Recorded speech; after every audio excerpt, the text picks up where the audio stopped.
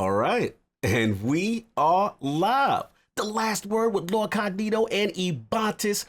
Fresh at the Campfire Friday. Seems like we got a special guest. What's going on, E? Yeah, it's been Guardian Games. We had to bring one of the future to be victors in here. So I'm gonna let you introduce our guest though. But yeah, if you guys are a fan of any people in the Destiny community, you guys should know this man. If you don't, we're gonna introduce you to him right now.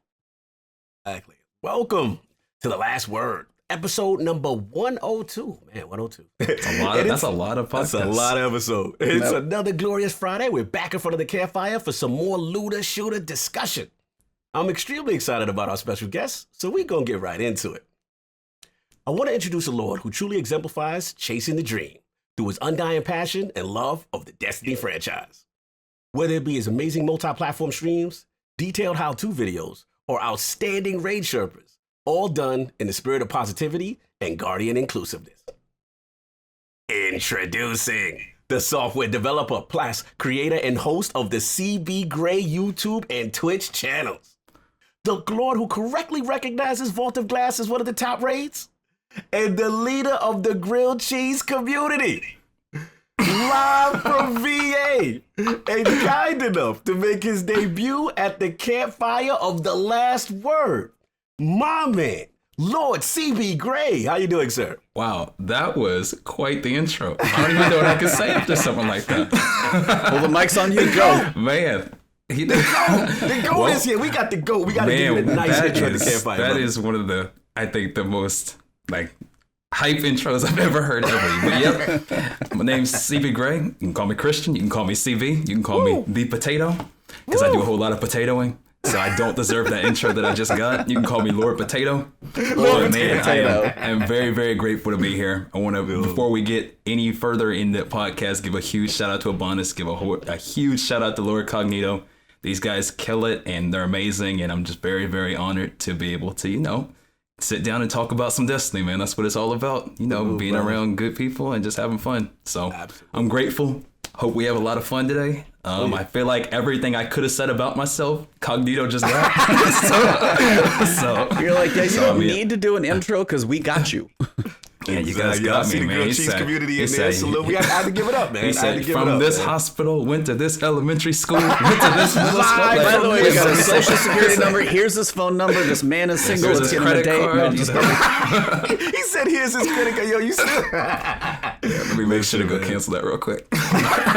We got to give it up to you, man. But yeah, very, very happy to be here, and I'm excited to get into it. So thank you, guys. I appreciate it. Absolutely, man. Absolutely. Cool. Pleasure to have you, man. So definitely want to get started. Usually we ask a couple of questions about our guests and stuff like that. So for you, man, you've been doing this a long time, and just to see your journey and stuff. So what really got you infatuated with this crazy franchise that all of us love, man? What tell us about that journey, man? Oh man, so with Destiny, it kind of dates back to before Destiny. So before Destiny, I had an Xbox when I was really young.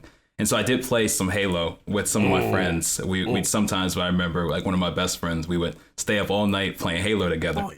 So classic. I knew about Bungie already. So when I heard that Bungie was making a new game around E3 time, when it first, was starting to get some traction and they were starting to talk about it, that's when Destiny was really on my radar.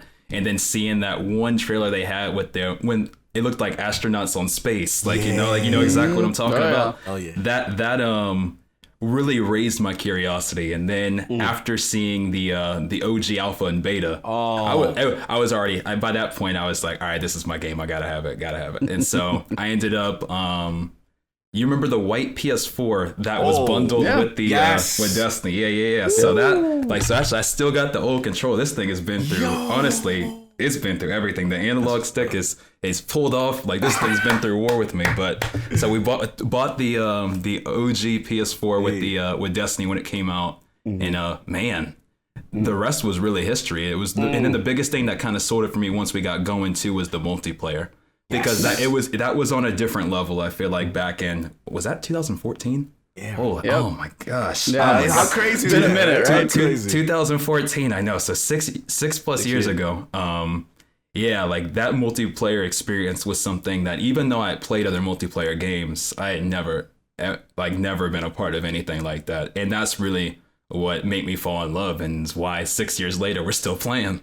Like, you know, like that's that's really what started me though. But it was knowing a little bit about Bungie before, knowing what they were about, and seeing the trailers leading up to it, then testing it. And then my brother had it too. My one of my best friends had it, and next thing you know, I was addicted. Playing all the time. Yeah, so that was really what kicked it off for me. Yeah, same here, man. Now, the question I also want to ask, and follow up to that, because obviously, you know, like me and E were telling you before we started, that we kind of started, we were Flashpoint before we were the last word, and then like it was kind of not the greatest time in Destiny. It was like right around Curse of Osiris. Okay, I'm very familiar. You know, I'm very familiar with it. Two tokens in the blue time. Two tokens in the blue. It was dark times out here, CB. But we should have called the podcast, apparently. I know, right? We should have called it too. That would have been a good name. So my question to you is like, what made you stick? And shout out to the Caps Club. What made you stick with it, even during the tough times? Because it was some hard times, man. CB, we went through some peaks and valleys with Destiny. I agree. Once again, honestly, the people. You know, it was honestly the people, because it really just wasn't Curse of Osiris time. I mean, people forget, like, there was a huge dry spell too around PoE time. Yes. Before Taken King. That Before was the dry King. spell before the dry spell, to be honest. Because I mean, and I just feel like there just came a point in time where, you know, when you have your group of friends, it's just, I mean, that's really what kind of, especially for me too, because sometimes people ask even more in the future. It's like, well, how do you know, not get bored playing the same thing the same day every single time, doing the same activities? And I always say it's more the experience with the people, with just the game as kind of the platform, but not really. It's not really. That's not really all there is to it. There's a little more magic involved with it, and that's really what's always like kind of kept me going through those times, especially. And honestly, is why one of the reasons why I wanted to get more into creation as well, in terms of content, was to be able to have more of, like, you know, a community of like that just felt like a family. You know, we're all just playing the game we love, because that's really what's always kind of kept me through it. Like, because that was the biggest thing around. I remember still, like, it was like yesterday, like after beating that Skolas 35, it's like, all right, well, but after we beat that, and it's still like June, and we don't have Taken King till September, and we don't even know what Taken King is yet, so we don't even know that we have a slam dunk waiting to happen. So no one knew that we had something. No one knew. It was murky. You're right. It was very murky. Yeah. So it was really kind of bleak back then too. And like, you know, everybody was very like, it was the first time we'd never raid. So it was also a different time where it's like, well, this is the first time we don't have a raid. So people were really kind of uneasy. That was very controversial at that time. So it was, so that was pretty controversial. So that was really what kept me going, was, you know, all the friends that I had, and kind of, you know, making those memories together. And so that's really what I've leaned on always. No doubt. No doubt. Hard to argue with that one. No, you're good. Another question before I pass it to you. The other thing is, one thing I got to give you a lot of credit. Not only do you multi-platform stream, which is awesome, bringing all your different communities together, but the thing I also like is that raid Sherpaing, man, like, that's not easy. No, that's not easy, and that is a gift and a labor of love, I consider. You know what I'm saying? To be able to bring someone in who maybe has no experience with a raid. And in my opinion, you know, raids are that's the premier content. That's what got me to kind of stick around and say, wow, this game has tremendous potential. So like, just as far as like, how did that get started, as far as like helping people out during that? Because I think that's really cool what you do. Well, it dates back to like really back to a time where I feel like I was in kind of the reverse situation. Like around Taken King time, I didn't really have a lot of people to do orcs with. I remember that's kind of when I didn't have a lot of people to do raids with myself or any other activities at that for a while. And so I kind of just wanted to have a place where I could eliminate the struggle that I had back then for other people. And I really can't take all the credit for that raid help anyways. There's so many like, you know, other people in our community too that really all come together and love raids too, and also want to, as a community, come and bring new kind of guardians their experience, because it is tough. I mean, there's no one person that can bring 5 people with their raid. And so it's really cool that like seeing everybody kind of come together and try to bring new experiences to guardians that haven't got a chance to play the raids, because I have people that come into every stream and are like, I've never done a raid in Destiny 1 or Destiny 2, and that's 6 years. So but it doesn't mean people don't want to. It's just kind of that barrier to entry. So I am happy that whether it's raids or exotic quest weapons, so take like Whisper or Outbreak or whatever the case may be. I just really like my whole thing when getting into content creating was trying to eliminate those blockers to entry that I kind of felt at certain parts of my own kind of gaming experience back in Destiny 1 especially. So that's what really made me want to do it. And then when you hear somebody scream at the top of their lungs when they get 1K, it's all worth it. Then it's all worth it. So that's all you need. So yeah. Yeah, So that and when you hear somebody's reaction or see somebody that gets outbreak or whatever the case may be, and just seeing how happy and just the reaction is really what I mean. That's kind of you can't put a value on. You can't put a value on that, bro. And that dates back to Gallahorn, so everybody knows how that. You know how that feels. So I know, bro. You never forget it. You never forget where you are, what you doing when it first dropped, and the whole bit. Man. Yeah. What you got for me? He's a cool dude, man. Cool dude, CB. Yeah, man. After all that stuff, I don't even know where to start, dude. You guys hit off some awesome, just like loving the community and raid Sherpas. I mean, it's just let's bounce it back. What got you guys into Destiny? I'd love to hear. We get interviewed though. We on the campfire. We have to hold on and be like, all right, passing the mic right back to you. Mine's probably very similar to yours as well. Kind of got me into my Nightfall solos and stuff like that.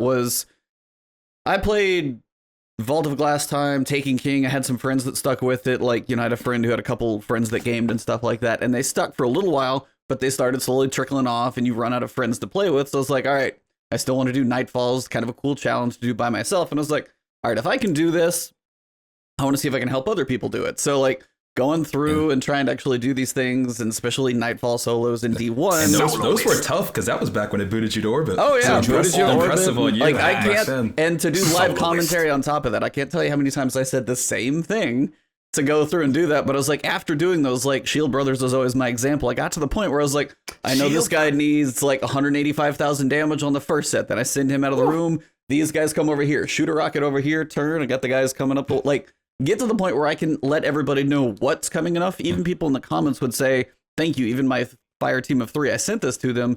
So at least we know what's coming. And it's like, if I can really like know the nuances of the strike and know what's coming and stuff like that, it was always really, really helpful. And same thing. It's like, I always wanted to try and be a guide for people who think they might not be able to do it themselves. And then when I see the comments later, like, man, I never thought I could do this, but thank you. Actually, like I finished it today. Doesn't matter if it's 6 months later on the video. I'm like, that's freaking awesome. So that's what got me in. I agree. Same thing. It's like just trying to help. Hot Rod, I'm on PC. Yeah, he's PC master. and Ebontis has made some very, very helpful videos on a whole lot of things too. Yeah, he's so good. That's one thing I commend him. It's just he's very welcoming to someone who is completely new, and he doesn't assume, like a lot of people assume, like they've been there before and they know everything. He talks to his audience in a cool way. For me, it's different. I mean, kind of similar to you in a sense, CB, that I'm a big Bungie guy.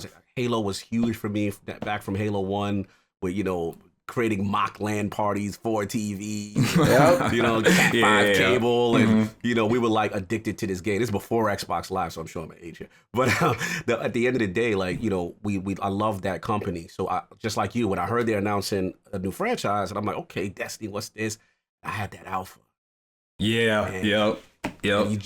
I remember not only was the skyboxes, it was the music, just that boot up, and you heard Marty's theme, and they have one of the best soundtracks out of any franchise. Yes, to be honest. by far. They don't win any music awards. Well, that's another stuff. We ain't gonna get into it. But this is back to my history.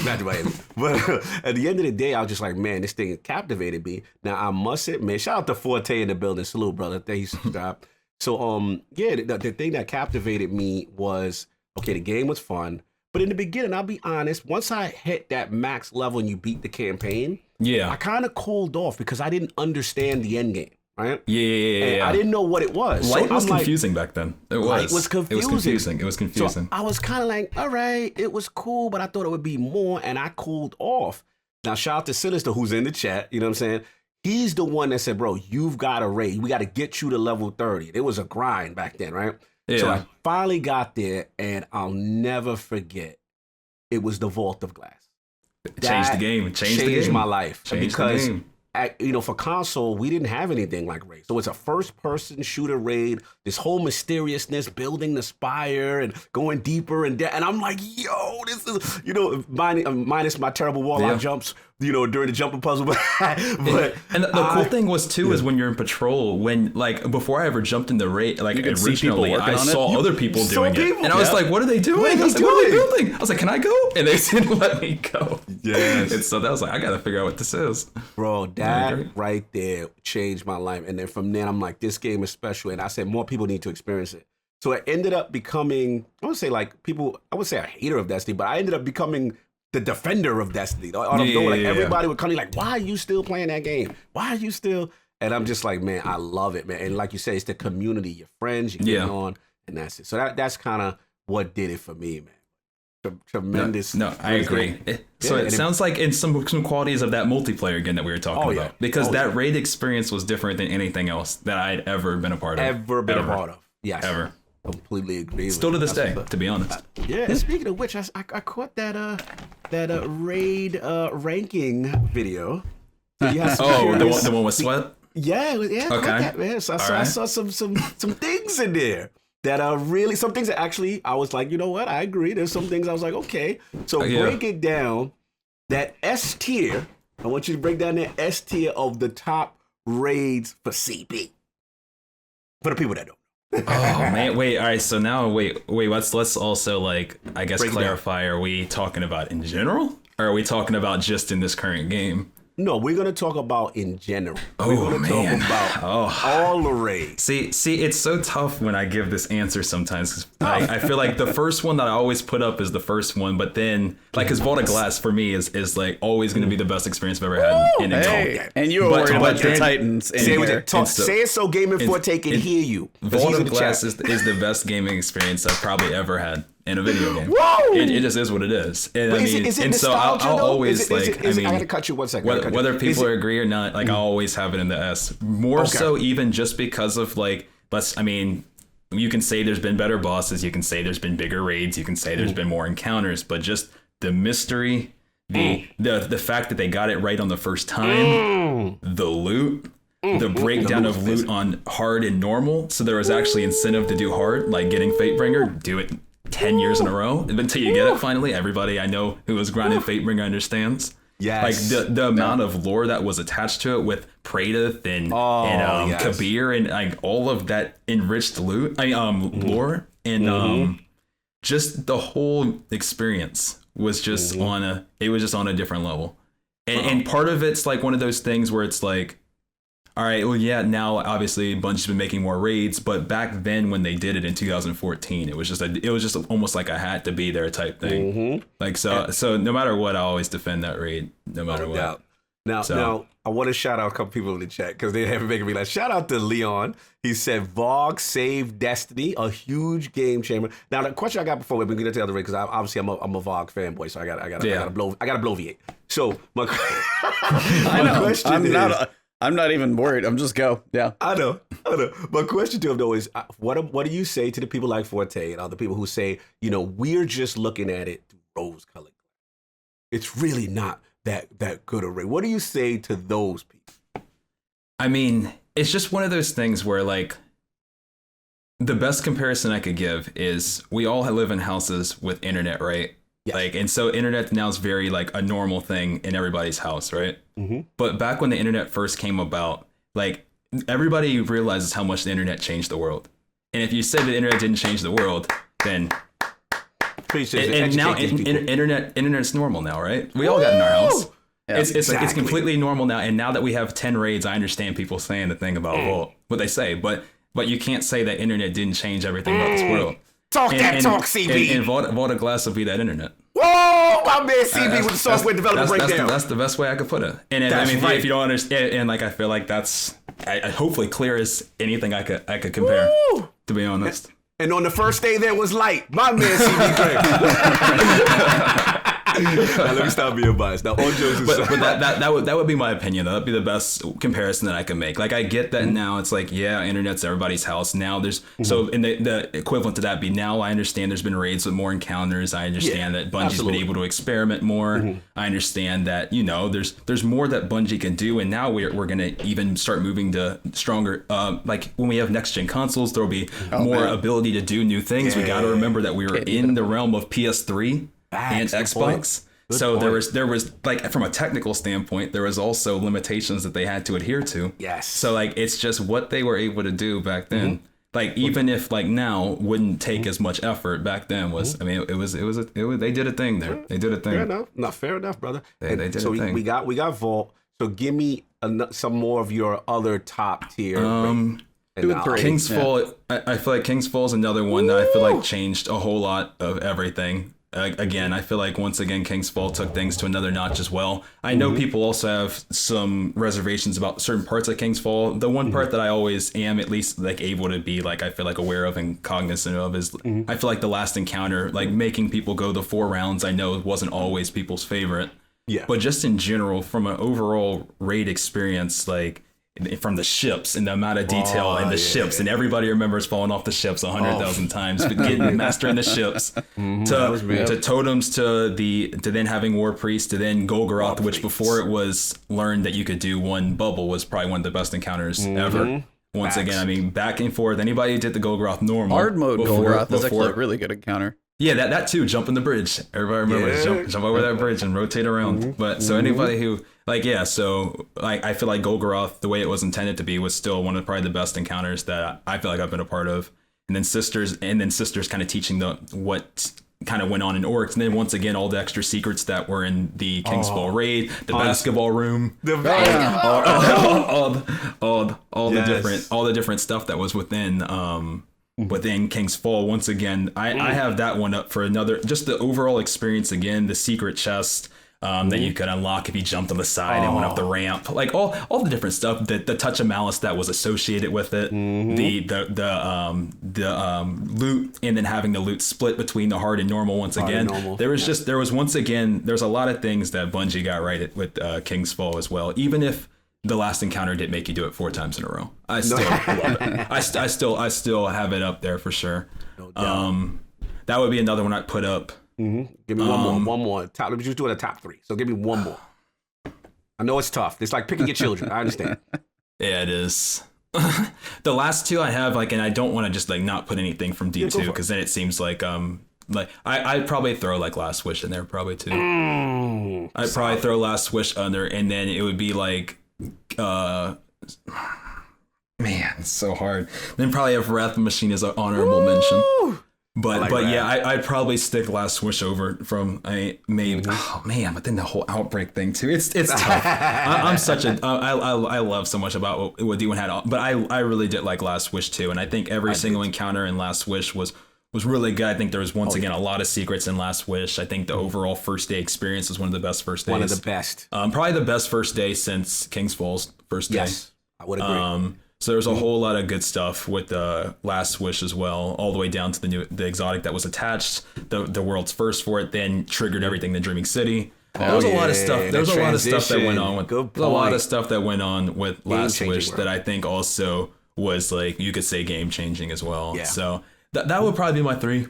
Nice. Me personally, list, for those reasons, and I hope I gave some decent reasons for them. But yeah, you killed it. Yeah, strong. And I always tell people, look, I know I'm a Vault fanboy, but I'm with you, man. Like as far as Last Wish, everything you said, as far as King's Fall, to me, I can't get mad at anyone if they have those as their S tier in any order. Yeah, because for each reason that you gave, I can understand it.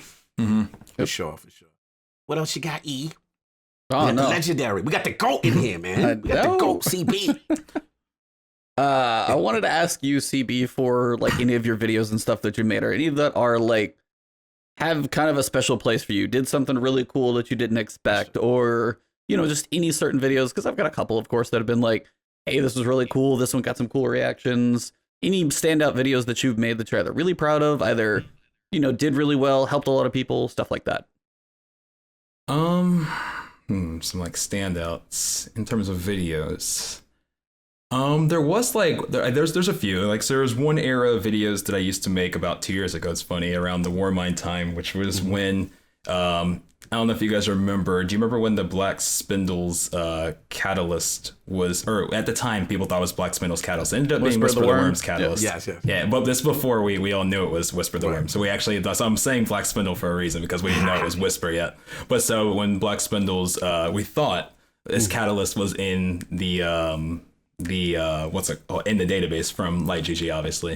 And so those I remember like that whole build up in Warmind, which ended up bearing fruit to Whisper of the Worm, was a really cool segment of the channel. We're making videos kind of like, it was almost like, where is this weapon, and this weapon actually ended up existing. Was one time that was really cool. Another time coming off of the Niobe Labs stream that we ended up having, which it's probably still one of my favorite experiences, even though it was it took a couple days for things to get unlocked. But after that too, the whole process of getting together with my fire team that we had and going through the mysterious data pad on the first day too, and then getting that video out too was also a really fun experience. I still remember being with Vet and Gypsy that day. That was a really fun day as well. That was a really cool video to make after that came out.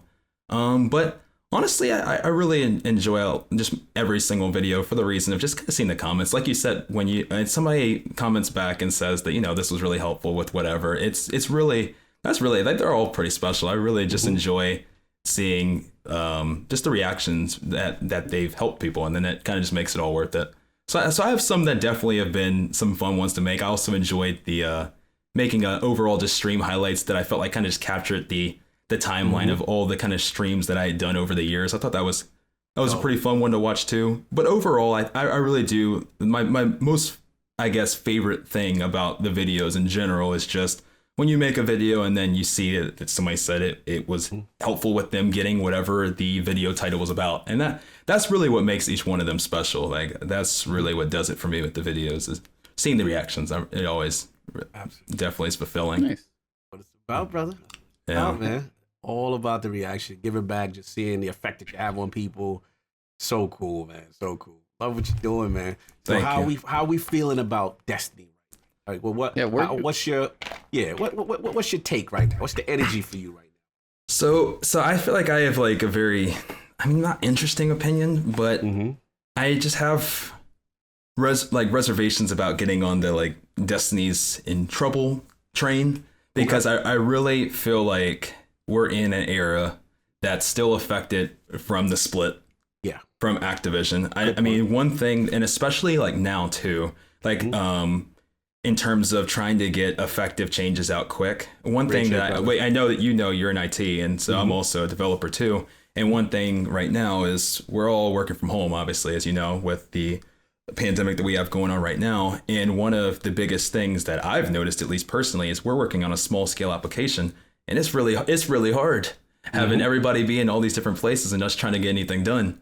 Preach. And so one thing is I'm trying not to crack down too much on some changes taking longer, because I understand that managing a game the size of Destiny with everybody from home is just not realistic. It's so tough doing it on a small scale.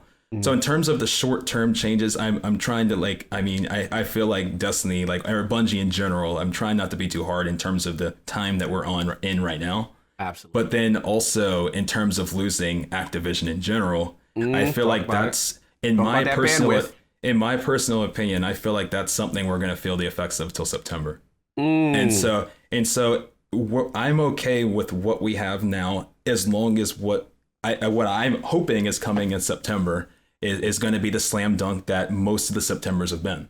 Oh, so it is the PvE in the absolute best place that it can be? Maybe not. Is PvP in the best place it can be? Maybe not. But I do think those times are coming, and I think with the more interactive TWABs that we're getting and some of the signs that are starting to show, I really do think that we're okay. And there's been plenty of times in Destiny where we've been in a little bit more. Yeah. The droughts have been worse than this ever has been. So yeah. So we've had way worse than this, and I think Bungie always kind of shines in those type of moments. So I'm not really too worried about it, and I think that obviously things could always be better. Yeah. But sometimes things being better, I don't know if it's realistic, and I just don't know what really I don't know a lot of studios that could lose somebody as big as Activision and just have things go without a hitch. Exactly. From a technical standpoint. So yeah, it's major. So I got a question for you. As we're talking about like September and the fall, by the way, it's C2K Ace says you're the GOAT. He just wants you to know that. Ace, you're the GOAT, man. You're the GOAT. But no, this actually kind of ties into something for you. So I've done my speculations. We've talked about this of what's coming with the Light Bright wall, which you may be too young to know. But like we've got the little lights showing up on the wall. We've got these little teaser videos and stuff. So I was getting there, yeah. So I was gonna ask, in spirit of cbgray, the man of the actual tinfoil hat, for one, where the hell did the tinfoil hat come? 2, yes, you have to put it on, and 3, what do you think is coming? Let's go. First, you said first was I got to put it on, right? I think I need to make sure I got the. We go. The thing is, with all this hair, it has gotten progressively harder and harder to put this hat on. There we go. Over the months, it's become harder and harder and harder to put this thing on. But we got it. We got it on. So, all right. First thing, we got it on. So that's first. Second thing, so I think where did it come from? Where did this come from? That's also a great question. So one thing that I think the Destiny community does more than any other community is we do a lot of witch hunting and we do a lot of spin foiling and theorizing. We could see one tiny little crack on the wall, and the next thing you know, Raid Secrets is on it. Raids, they're on it. It's this blade of grass was just slightly curved, and now we're theorizing on something. and I love that. That is something I love about this community so much, and I think it's led to so much fun that is sometimes generated over something that doesn't even exist. And it's sometimes some of the most fun moments that I've had in Destiny. And so what happened with the tinfoil hat, like that dates back to, once again, what I was saying originally with Warmind, when originally the first thing that came out was that there's a catalyst in the database that looks very similar to Black Spindle. What in the world is it? Yep. And if this weapon's in the game, why don't we have it? Why don't we have it? And so that led us into the time of the videos that I was telling you about, the theory, and they're kind of called like the theory videos. Where we're kind of trying to figure out where in the world this weapon was in the game. And so the first thing was that tipped everybody off. If you remember, one of my favorite things about Destiny 2 is strike loot also too. So I love like all the way back to Destiny 1, the Grasp of Malix, the Cloak of Taniks, all of the different amazing strike loot that was in the game. And that also held true in D2. One of the things that kept me going in Curse of Osiris and Warmind was some of the strike loot. So DFA, Duty Bound, Braytech Osprey. I miss those actually now. Yep. As well as I'm still missing one, Silicon Neuroma. Yeah, but you still don't have that? Damn. No, I'm saying I was missing Sang one. Oh, okay. It's one of my favorite snipers. Oh no, I ran it until I got it. No, I love it. But but that being said, there was one more strike in the game that didn't drop a weapon. It was the only one, and it was Zol. Zol didn't drop a weapon. It was only a transmit effect. Only a transmit effect. And so tinfoil spinning. And so next thing you know, we were looking very, very hard in that strike because it just didn't add up. There was only strike at the time that didn't have a weapon attached to it, or at least like at that point in time, a like cosmetic type drop. So like you could take like Garden World, for example, where the I think that's where the universal wave function was dropping. So like that was a ship though. Like, it wasn't like a transmit effect. It seemed like something was off. It felt like something was off. Yeah. So next thing you know, there is these pyramids, upside down pyramids that were in the Zol strike that we ended up finding like on the stream. And so next thing you know, like me and then my friend Vet and like the rest of the community, we're all just jumping to try to figure out what in the world these pyramids could mean. That's when I became really good friends with Sweat, because Sweat was also wondering what in the world was going on with these pyramids. That's when we became really good friends as well. And so next thing you know, this spawned a whole lot of theories on where the weapon could be until it actually ended up showing up that same season. And that was all that spin foiling or tin foiling turned into like whenever anything is like, whenever we're speculating anything in the game, we're tin foiling. So no matter what the case may be. And so the new biggest thing to tin foil about right now in terms of the game that everybody knows about is the Doritos. Yep. Oh yeah, Space Doritos. Exactly. Let's go. And so the Doritos in the game obviously are very representative of the darkness. Yes. And so now really everybody's question is, when is it coming? Because it's coming, right? It seems like it's coming. That's so a good question, brother. When is it coming? And then what's going to happen when they come? And so that hopefully that answers questions at least on the whole tinfoiling. And now that's held true now with like Niobe Labs, when we were starting to see the symbols before. So in the forges, when you could see the symbols on the ground before you could actually get to Niobe, that held true for you could see the symbols in before the Saint 14 mission.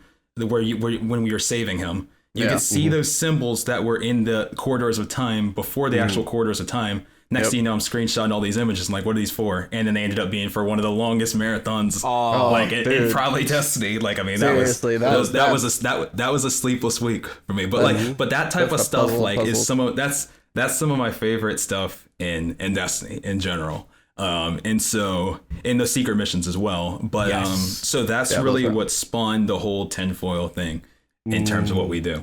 Hopefully that was a good answer for that. That's freaking amazing. That's what I wanted to hear. It's like I'd seen the hat, wanted to ask about it, chat had to hear about it, even if they knew about it. But yeah, it's like we're in this time to where like the wall this week, the first little Dorito on the wall made it to Neptune. Yeah, made it to Neptune. It's on Neptune. It is on Neptune. Yes. So it's like floating by Neptune. Are we going to get a cinematic?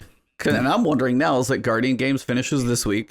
Tuesday next week is literally the first day on the calendar of the 12th that's not on the calendar for the season. There's nothing there.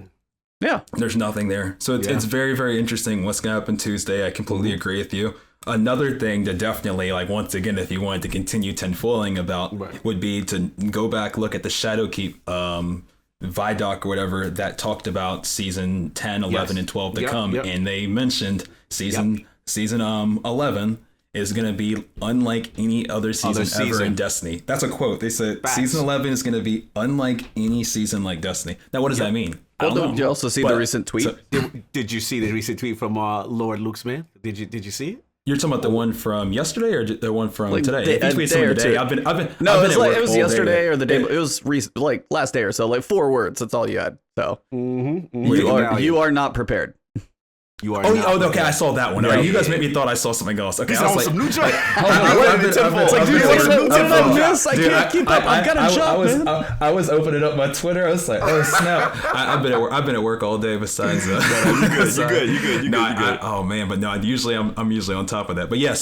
But I agree. So we're not prepared for whatever it is. So I'm very, very much curious to see what's happening. Not only towards the end of the season, because I'm hoping that it's gonna kind of facilitate whatever's going to come in season 11. And then I'm interested to see what's coming in season 11. And if ultimately when season 12 comes, is there going to be this gigantic execution of planets? My man. Is that coming? And so, it's just one of the most popular things that everybody's kind of, leaning towards because A, we need more game space anyways. Yeah. But B, but one of my big things too, and you guys can kind of give me your thoughts on this, but Rasputin, obviously in the bunker, we can see all of the planets lit up all the way to Saturn, right? Yes. And then we can see the Doritos way at the edge of the solar system. But for some reason, a couple of those planets aren't lit up. What does that mean? Does that mean they've been blown up already? Why can't we see them? Why Uranus and Neptune aren't lit up at all? Is that your question? Why? Yeah, why? I was it's all.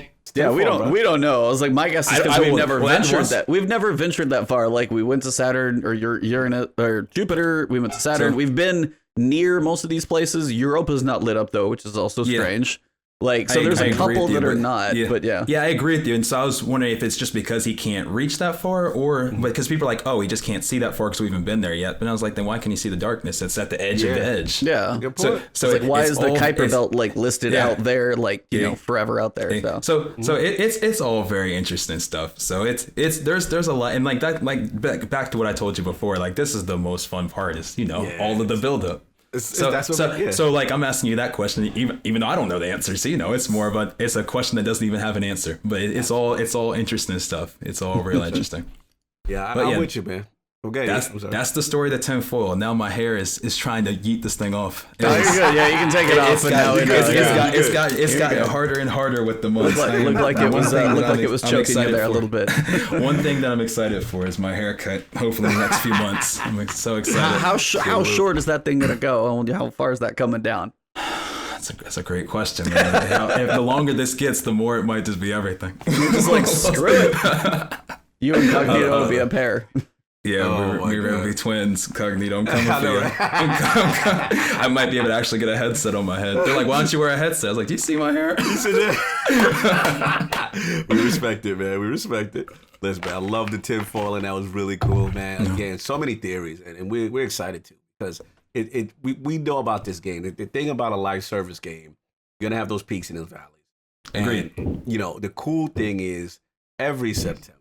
You know what I'm saying? They always knock it out the park. So anytime anyone is like questioning Destiny, I always find it funny because I'm like, oh, you're leaving? We'll see you in same September. cycle. It's the same cycle. It's cyclical. And if you've been around the block like we have, you know how it is. You know what I'm saying? And you made a great point about resources, about the pandemic right now. You know, and us, like I said, from the tech background, you know how it is, how difficult it is to do things remotely. So like you said, we're in a holding pattern. Me and E are in the same page as you. We're not going super crazy. We understand the climate, right? Yeah. But we also know that you know, the majority of the resources will be heading towards this new content and whatever it be, Matter and all these other stuff that they got doing. So we're pretty excited, man. And we know, like I said, it's like E, you put it perfect. Like, you know, on the 12th, like, Guardian Games, you know, so like, what's gonna happen? It literally is all we know about the 12th. Literally 4 full weeks. All we have is and more. That's it. That's all we have. And they have told us nothing about it. We've got pyramid ships coming in. We have an Almighty, which has been like the start of the season and then left hanging out there. We're shooting these satellites up there to take care of it. So at some point we've got to shoot that thing. There's rumors, if you guys haven't heard of, you know, things possibly crashing down. I'm not going to say too much, but there may be a little damage and destruction in places. So we've got all this, like, we started with the Almighty. Now the pyramids have basically made the Almighty look like a chump. As long as the Almighty is taken care of, we still have much bigger fish to fry. Oh yeah. And then, but again, it's like, appearances. Well, yeah, but you picture the scale too. We'll talk about the TWAB in a little while. It's like, hey, we're not making any major changes for season 11, but man, season 12, year 4, like, holy crap. Like, there is a potential for so much to be coming, changing, drastic things potentially with, you know, as you guys have said, planets potentially not being in the mix anymore. And I've wondered, I talked about this with my brother too, is like, so if one of the planets goes away, and Titan seems to be a pretty popular candidate, if Titan goes, it's only got one strike on it and stuff, but it's like some of just the vanilla story still goes through that planet. Like, are they going to rewrite the story? Is that just going to be a story of a different era? Is the Sloan whole campaign not going to be there with Zaval? Like, there's certain things that they've made that content. There's a lot of questions. Yep. And I mean, that goes all the way down to like, even with just Titan, like that, even the Thorn strike is dependent on that. So like, there's going to be rework if there are things exploded. Cause people also say like, well, what about IO? But then it's like, all right, well, what happens to Whisper? Yeah. Like, so there's so many, and I mean, that's going to be a part of my heart ripped out if that happens. But either way, it's just, but it's one of those things that they have to be asking themselves those questions. So I'm sure they're going to be reworking either, I guess, how the New Light story works, or I don't know if you get rid of resources, like in general, like if you don't have the planets in the game, are you still able to like access planets just in small scale in terms of like a quick story mission? A strike with like a blurred background that's not there. Like, I don't know. So I don't really know how that works from, I guess, a technical standpoint. So I guess that's one thing that I'm hoping they're asking themselves, because it's something that if not done correctly, I feel like it could receive backlash. Right. It's like, I can't get this anymore. I can't run this anymore. Like, or it's just not available. Like, you know, so they got to find out how to accommodate that. Yeah, I think that. Okay, I'll let you. No, you're good.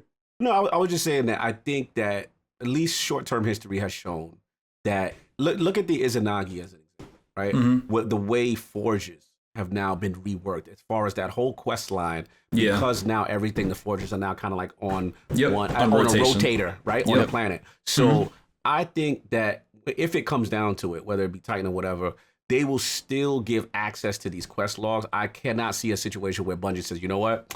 Hey, man, you know, if you had Thorn, you know what I'm saying, you ain't going to be able to get it no more. You know what I'm saying? Like, or whatever, anything that's associated with passing through Titan or a strike related, that they will probably make accessible another way. So that's my initial theory, you know what I'm saying? Yeah, but, I agree. I think it could be done. I think it could be done. Yeah, I mean, and they've already done a lot of tweaking of quests that a lot of times people don't even realize. I mean, even take, like, speaking of the Forge weapons, like you said, like Jotun and Lemon Arc aren't random anymore. You know, those are now 10 frames, which is kind of hefty, of the powerful ones too, so 5 weeks.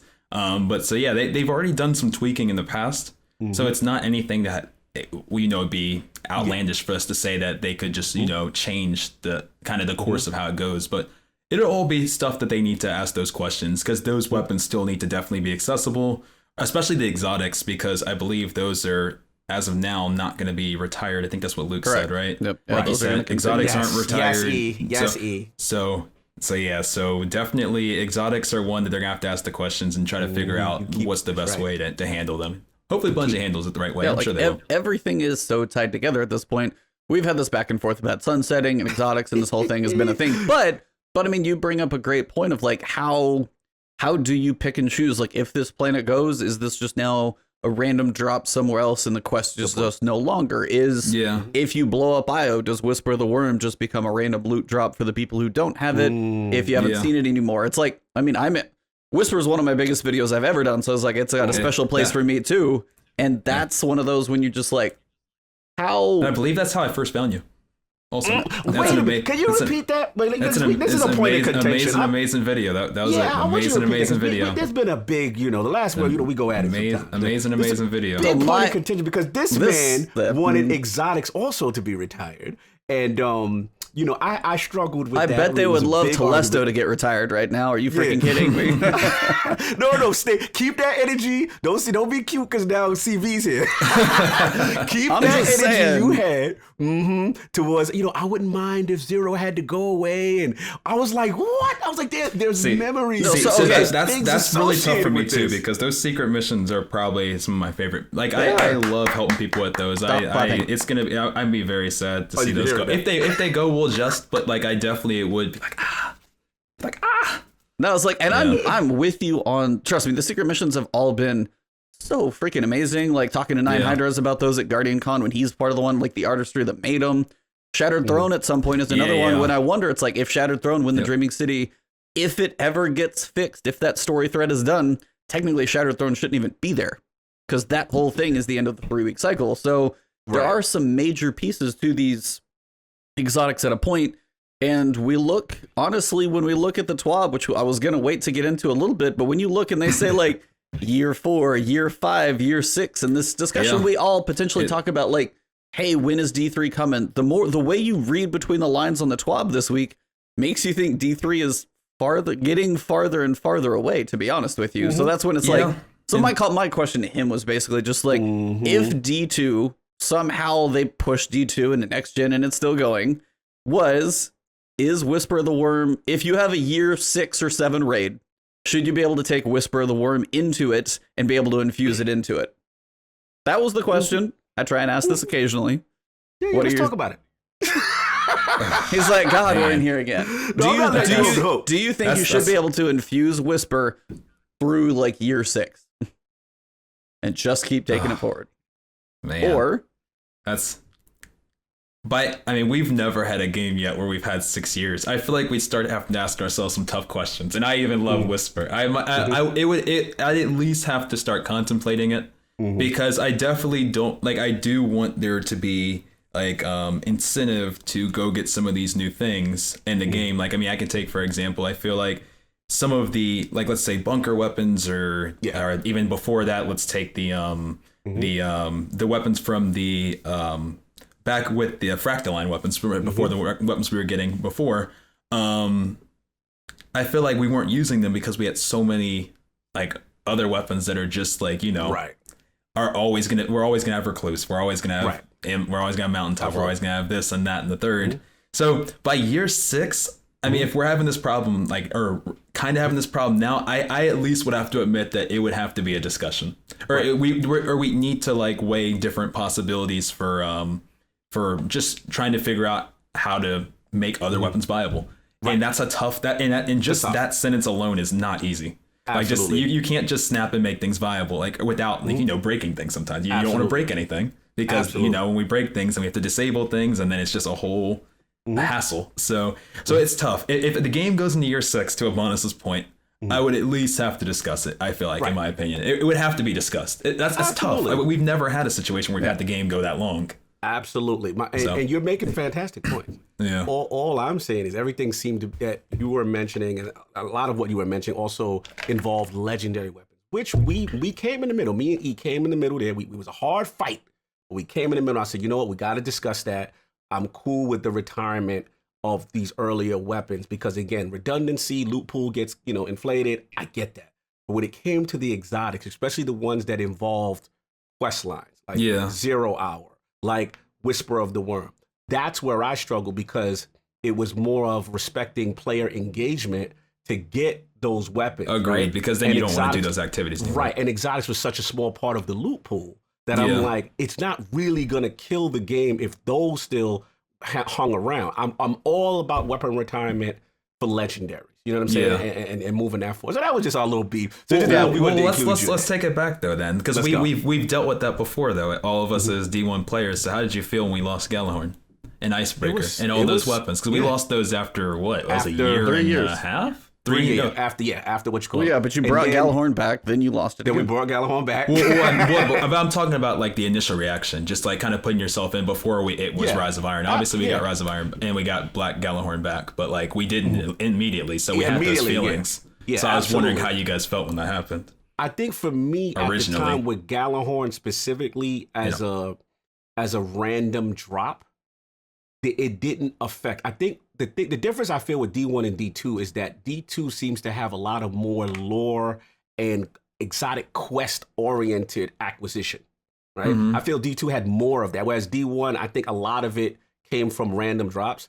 And I think I just struggle. My issue is I struggle when you create these lore quests and all these steps to get something. And now you're saying, okay, after a certain amount of time now, you can't, not that you can't use it. Yes, it will exist. Yeah. But for pinnacle activity, you won't be able to use it. That's my struggle. Maybe they could even break down another class of exotics that are tied to actual like activity type based exotics, and maybe those could stay. Maybe you can make an argument for those then. So raid one. So if you spent 10 years to get, if it took like a long time for it finally to get like a 1K to drop. Let's say that RNG just did not bless you. It took you 500 times to get 1K, and it finally dropped. Let people use that 1K because they were. It's like versus, I guess, if like let's say a Sunshot dropped out of an Engram, then maybe you retire that one. Okay. So maybe if you start like kind of curated exotic retirement type thing almost at that point. Almost, yeah. Like we almost have to like break down a subsection of exotics. I'd be flexible to the conversation. We could figure it out. We can figure it out, Cognito. We can work it out. There we go. Shout out WD. Your defense squad is coming. WD Press. He said, do you use Outbreaker in trials or God? You know what's funny? I still use Outbreaker. I'm actually running a 0 hour. During this time, it's bugged with all the extra damage. It's not bugged anymore. It's not bugged anymore. It's not? It felt good to me. Yeah, no, I'm not going to lie. I jumped back in and, man, it was... I definitely have been practicing again on the side because it felt even harder. They probably fixed it and made it even harder. I need to go back down and remake my video from 2 years ago. I enjoyed it being broken for the time that it was, because it was interesting they didn't say anything, so I almost was wondering if it was like not a bug, but they did go and fix it. They fixed it. Yep. It was just like one of those like quiet patch notes and be like, oh yeah, that's in there. Yeah. That was pretty much it, man. So we got a lot to talk about. We got a big TWAB going. What else we got going on, E? So it's actually not the biggest TWAB, but we got some big news. So we all knew last week that we talked about trials and talked about, we've had these different topics that they've been discussing, talked about bounties and seasons last week. We've had some discussion about certain things, and everybody was on the edge of their seat this season or this week because of, we knew Eververse and rewards was kind of something almost didn't expect. But Eververse is the big topic and how it ties into rewards. And before we actually get into this, just cbgray, what are your thoughts? Because we've had our vent on it. Just the status currently of it before we go into what's going to change. Where do you think Eververse sits now? Good, bad, a little too intrusive. It's fine where it is. I've always thought that it's like, it's another tough one. It's always tough because personally, I don't spend any money in Eververse, and it's not my favorite because I feel like sometimes I'll see pieces of loot and I'll be like, that really should have been like here or there. It's like, for an example, like that Harpy Ghost in that red Hive ship and the red Hive Sparrow. I would have loved if that Ghost was Festering Core strike specific loot, and I would have loved if that ship or that Sparrow was the strike specific loot for Hashladum, who's Crota's daughter. She deserved a strike piece of loot. Yeah. But So that's the one side, obviously, because like that I feel very strongly about some of the pieces of gear, and like I definitely would love to see some of the other activities get some love with some of the stuff that I see in Eververse that sometimes matches exactly the theme that's going on in said activity. But then on the flip side too, I do realize that once again they've lost a gigantic asset, and they wouldn't be nobody goes to bed like enjoying getting negative feedback. And they don't enjoy getting negative feedback. If they wouldn't be doing what they're doing if it wasn't helping to continue to bring us what we're getting. In my opinion, nobody enjoys negative feedback. Nobody. Like, it's just not human nature. So, I mean, I do think that's one of those things that it is, like, if they're doing it in the way that they're doing it, it's because it's necessary to keep the ships going right now. And so, and clearly, I mean, as they're getting traction and starting to get their legs back, it seems like, all right, now they're scaling it back some, which, I mean, because now, like, I mean, we didn't mention it yet, but obviously they're starting to not attach some of those items, like ships, ghosts, some of those aren't going to be in Eververse anymore. So I'm hoping that as they're getting their footing back, I'm hoping that some of these like events where, you know, like sometimes we have these like events like a Festival of the Lost or a Dawning, and like everything's behind, you know, the paywall or whatever. And so, like, I'm hoping that as we continue to move forward, like, the best is yet to come. I mean, I liked what I heard. And so I definitely, I'm not the biggest fan of Eververse, but I understand that they're, like, somehow bills need to be paid in order for people to work on the game. So, like, I mean, during the transition of the lack of, you know, Activision and basically the big purse behind them, they're like, all right, so for this year, people are probably going to be pissed off about it. We're going to lean a little heavier into the Eververse, see if we can make a little extra money.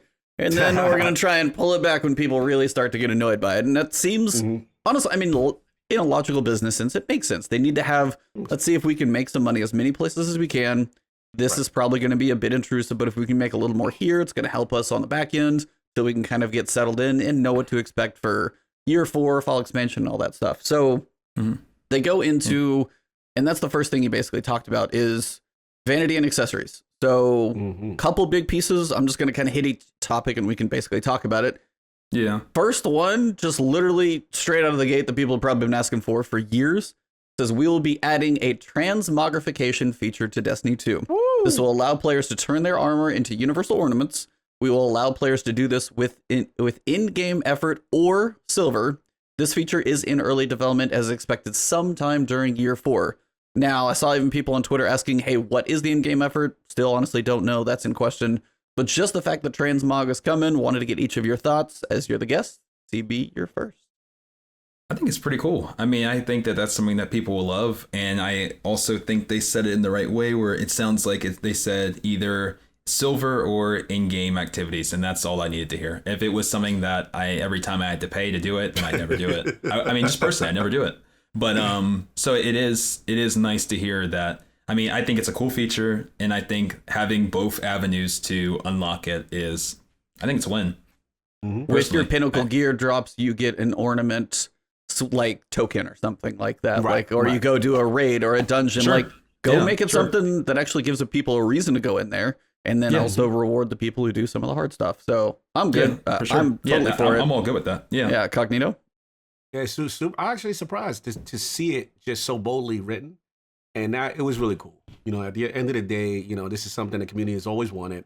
We've kind of dipped our toe in it, you know what I'm saying, as far as the early initial ornament stuff, and they've been messing around. So to see them fully commit, really cool. I like the option, you know what I'm saying, kind of like what CB said, you know, not just silver. Also, we got to figure out what in-game effort is, though. We got to that's true too. We got to be clear, true. But I it's a positive step. You cannot be mad at this, and I love to see stuff like this. This was dope.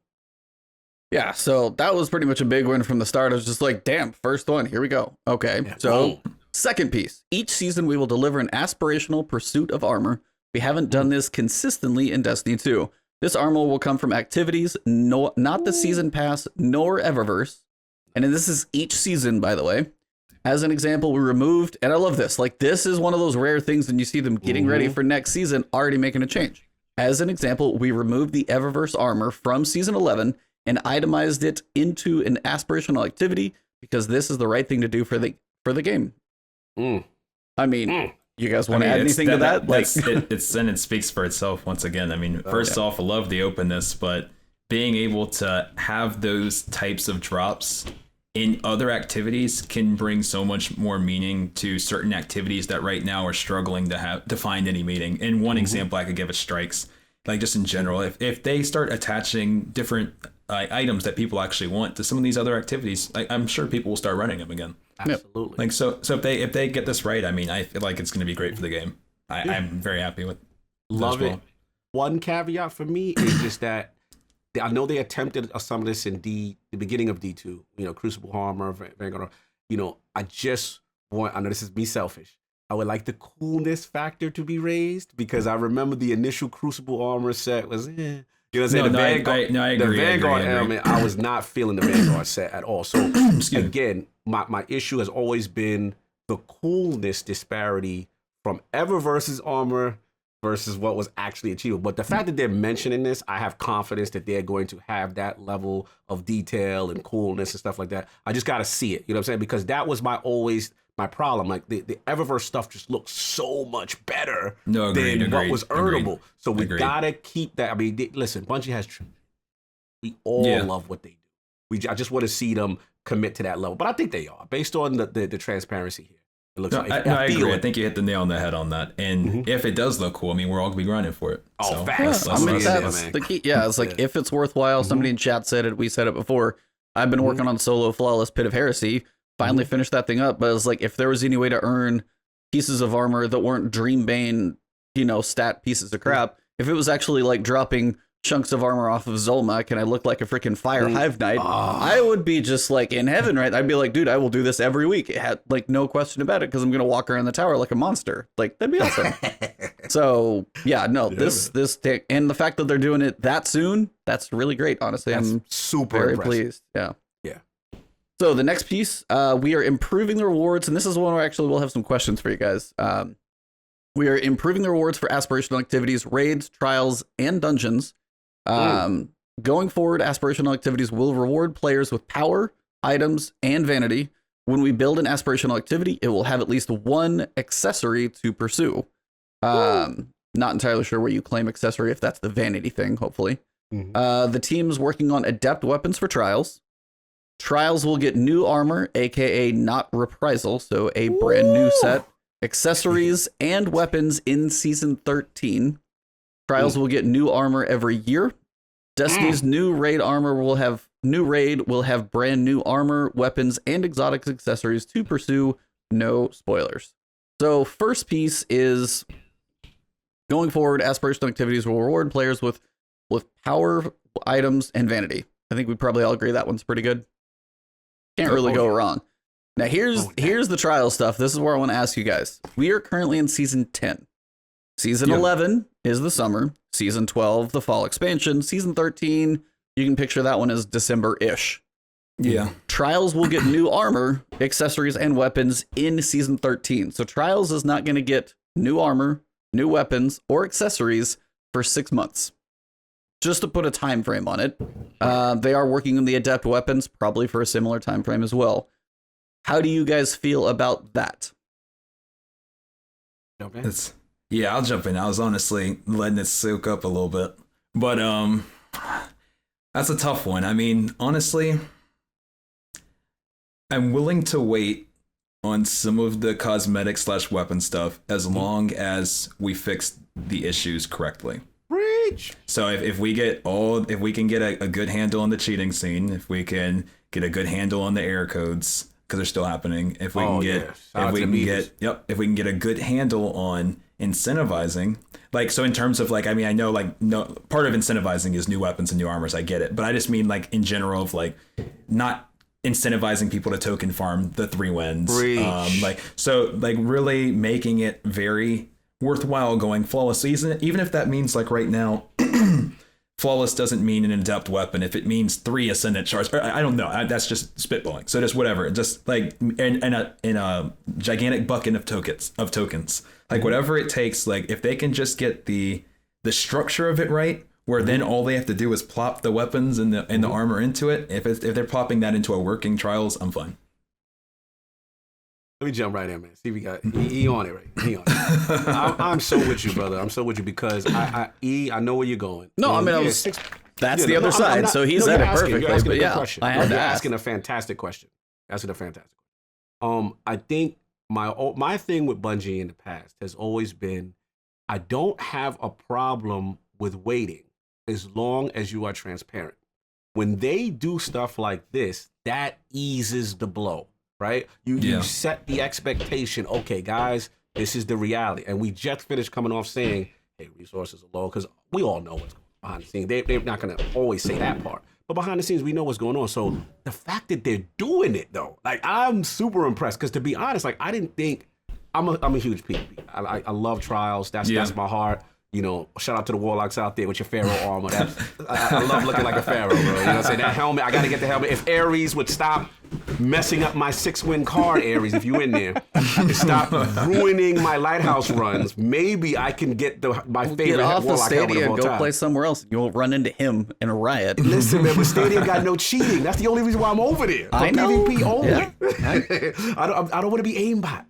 I actually feel like I'm decent in the game when I'm in Stadia. Yeah. So anyway, the whole thing is, look, adapt weapons are coming.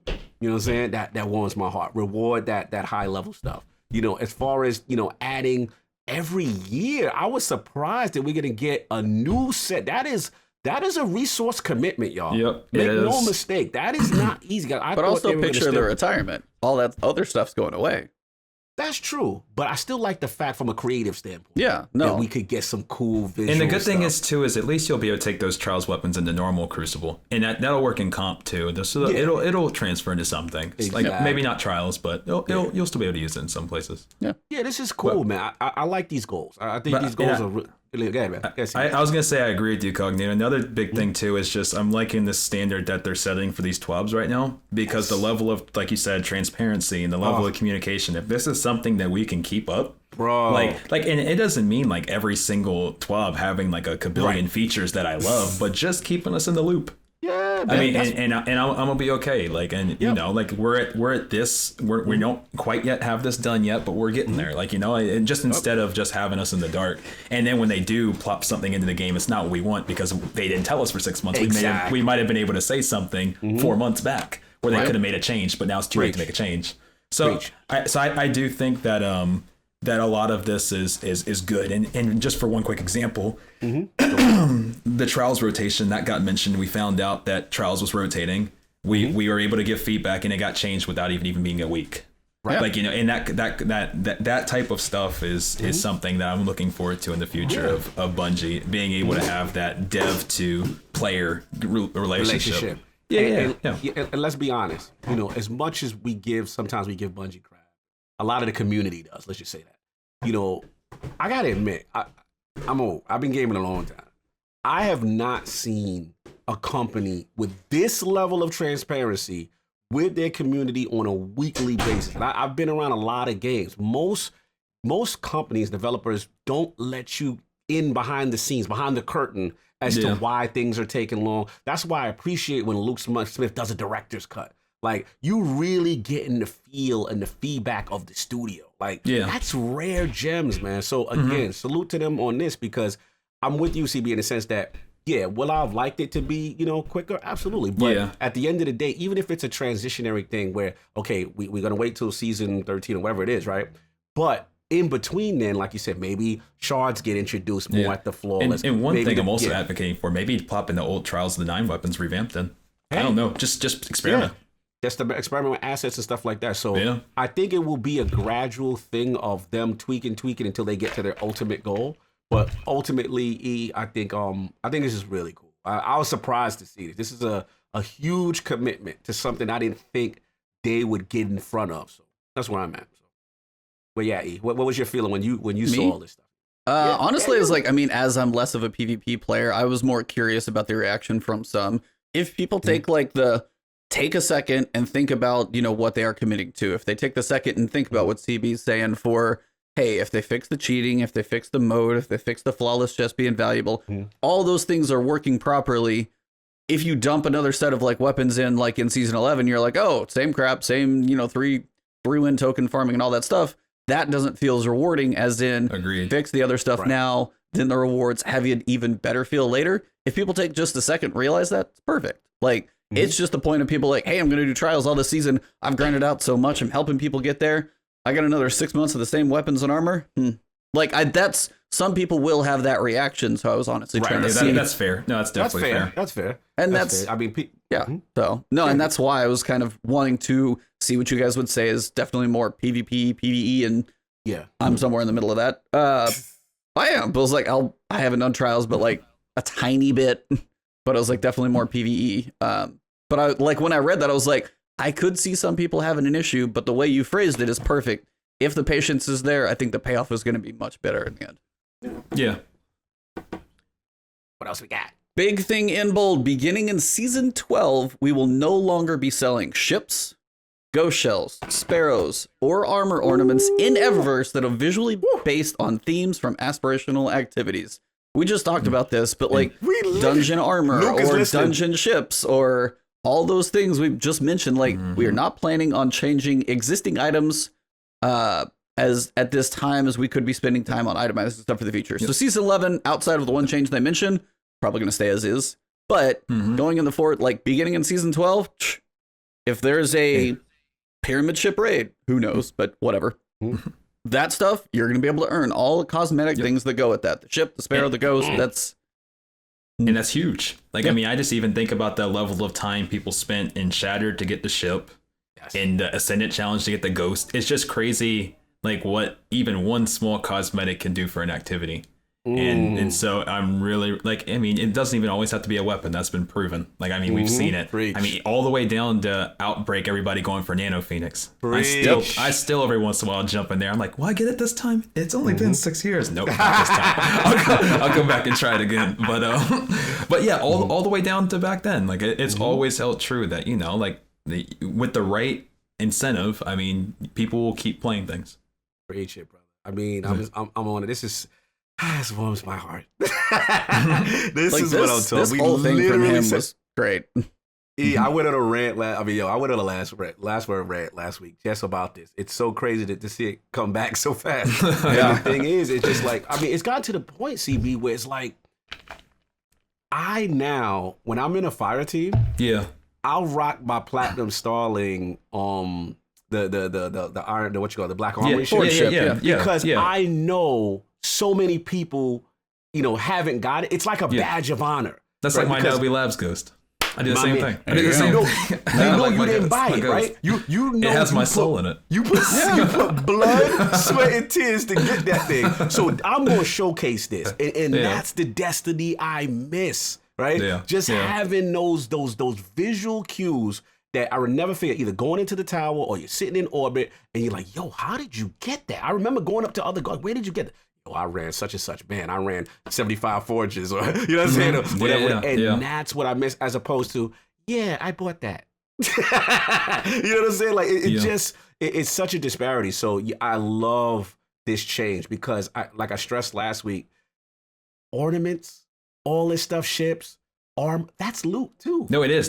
Agreed. And attached to the right thing, we'll grind it over and over. I have still every once in a while gone back to Rat the Machine, just thinking that it might be the time. It hasn't been yet. but I still don't have Nano. Somebody flip that switch off, and you'll never get it at this point. I might just be running it. It's not even available. I gotta ask you, E. You're the dungeon master. You're the soloist. Nightfall soloist, dungeon man. Like, how does this make you feel that you could be ending up looking like Zone Man? You could be getting your shattered throne on. You could be looking like a guard in here. No, like, that's the idea, because, like, I mean, D1 had this stuff.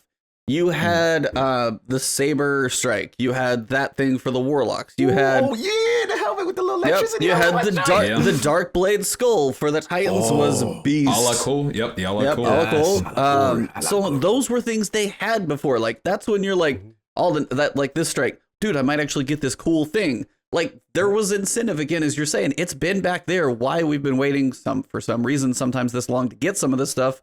But yeah, it's like soloing Shattered Throne. Like, I'm literally shaking. My blood pressure is probably at like 180s. Like, when I'm doing a couple of these things, whether it's the totem fight in Pit of Heresy, like soloing that thing's yikes. When you're doing the Golgoroth fight or the Vorgeth fight in Shattered Throne. Yeah. Both of those, I was like, you know, I've got it down to this thing. I'm using the bow, whittling all these wizards. When I get done with those places, I want to walk out of there with more than a freaking emblem. I'm honestly tired of emblems being everything. Preach.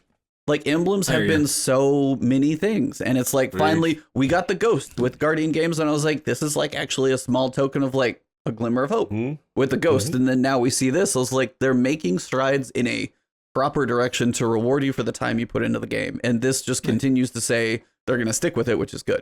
So I completely agree. Well said. Fire. Next big piece, core playlist reward changes, Strikes, Gambit, and Crucible. We are adding a new set of armor for the core playlist, Strikes, Gambit, and Crucible. The armor shares a set of new geometry with decals and shaders specific to the activity. We will create new sets of armor like this each year. Examples: year 4, year 5, year 6, etc. This set will arrive alongside the next expansion. So each fall expansion is going to get a set of armor for Strikes, Gambit, and Crucible. So is this AKA like a vendor refresh? I was trying to point, I've got to imagine. Yes, I got to think at least armor. Yeah. I'm wondering if like we're gonna be able to get like a maybe a normal set from the vendors, and then maybe like random drops as we do the activities or something with different stat rolls. I'm trying to like envision how that's gonna work, but I'm happy about it. I definitely want to refresh regardless, and I hope it's cool stuff like Cognito said before. Something that looks cool. Yeah, I just like the way they phrased it's a new set of geometry. It's not, hey, here's this thing with like a slight texture difference here, but it's the exact same thing. It's like it's a new build. Yeah. But they've got decals and shaders specific. So you're going to have like the core playlist. I think they're going to get you a set of armor for all 3 potentially. But then you're going to have shaders and they say decals, which is a weird way for them to phrase it. That's like a decal is like a sticker. But like I picture that as more of like, is it going to be an ornament for it? I'm not sure. That's what that was my interpretation. What do you think, Cognito? I'm thinking possibly you know how like Gambit, each activity kind of has like an emblem associated with it, like the for snakes example, for Gambit.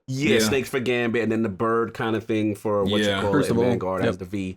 You know what I'm saying, kind of thing. Crucible. So yeah, I mean it's interesting. I mean, shout out to Gambit getting some stuff because Warlocks that Gambit armor, I am not putting that on. Listen, Warlocks, we gotta be fly, and that ancient apocalypse stuff. That's not really apocalypse. Throw that in the bushes. I like what they're doing though, because I think they're like it's all fitting into a bigger puzzle where they're trying to make these activities more worth it. And so like one thing that they did before that was adding the +1s. Like I mean, like strikes, like once there was like you couldn't even get above 1,000 with strikes anymore, and there was no specific loot for them, and like they kind of like there was no point in doing them. Facts. And so like I'm liking that they're building like reason to do these activities +1s. Like actual refreshes of loot, like hopefully eventually some exclusive stuff per certain activities. Like if they keep like slowly building these puzzles, like there's going to be a lot of, I mean, there was so many people in D1 that would spend a whole day running strikes. Bro, preach. A whole day. I used to do it all the time in college. Yes, I used to do the same thing. I'd spend a whole day trying to get a Maga loop. A whole day trying to get that grasp. Like so I'm really, really excited for where like this could go. Like it's still early, but it's all positive. In my opinion, super positive because again, these are the core activities. These are the things that we are going to grind consistently.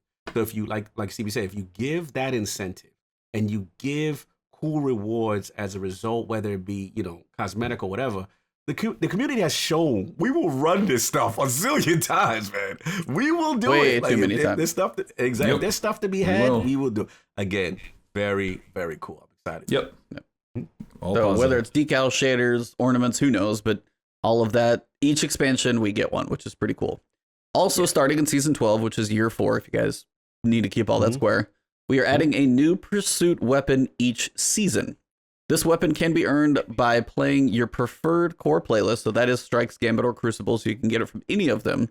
This weapon will have activity-specific legendary skins that can be unlocked in each playlist. So you'll be able to earn the weapon by any basic activity. I think it would basically be the way, hey, here's Ariana's Vow. To get this catalyst, you need to run 400 of all the basic activities. It's probably going to be something similar, I would imagine. And then you've got a skin. If you like, hey, I love strikes, you're probably going to get that skin or ornament that unlocks to make this thing be more of the strike look. Or I play a crap load of Crucible. Hey, I've got the Crucible ornament to slap on it. So everybody's going to have access to this one weapon, but you're going to have a way to customize personally your look in whatever you play. For those who love Gambit, whoever you are, you'll be able to put that on there too.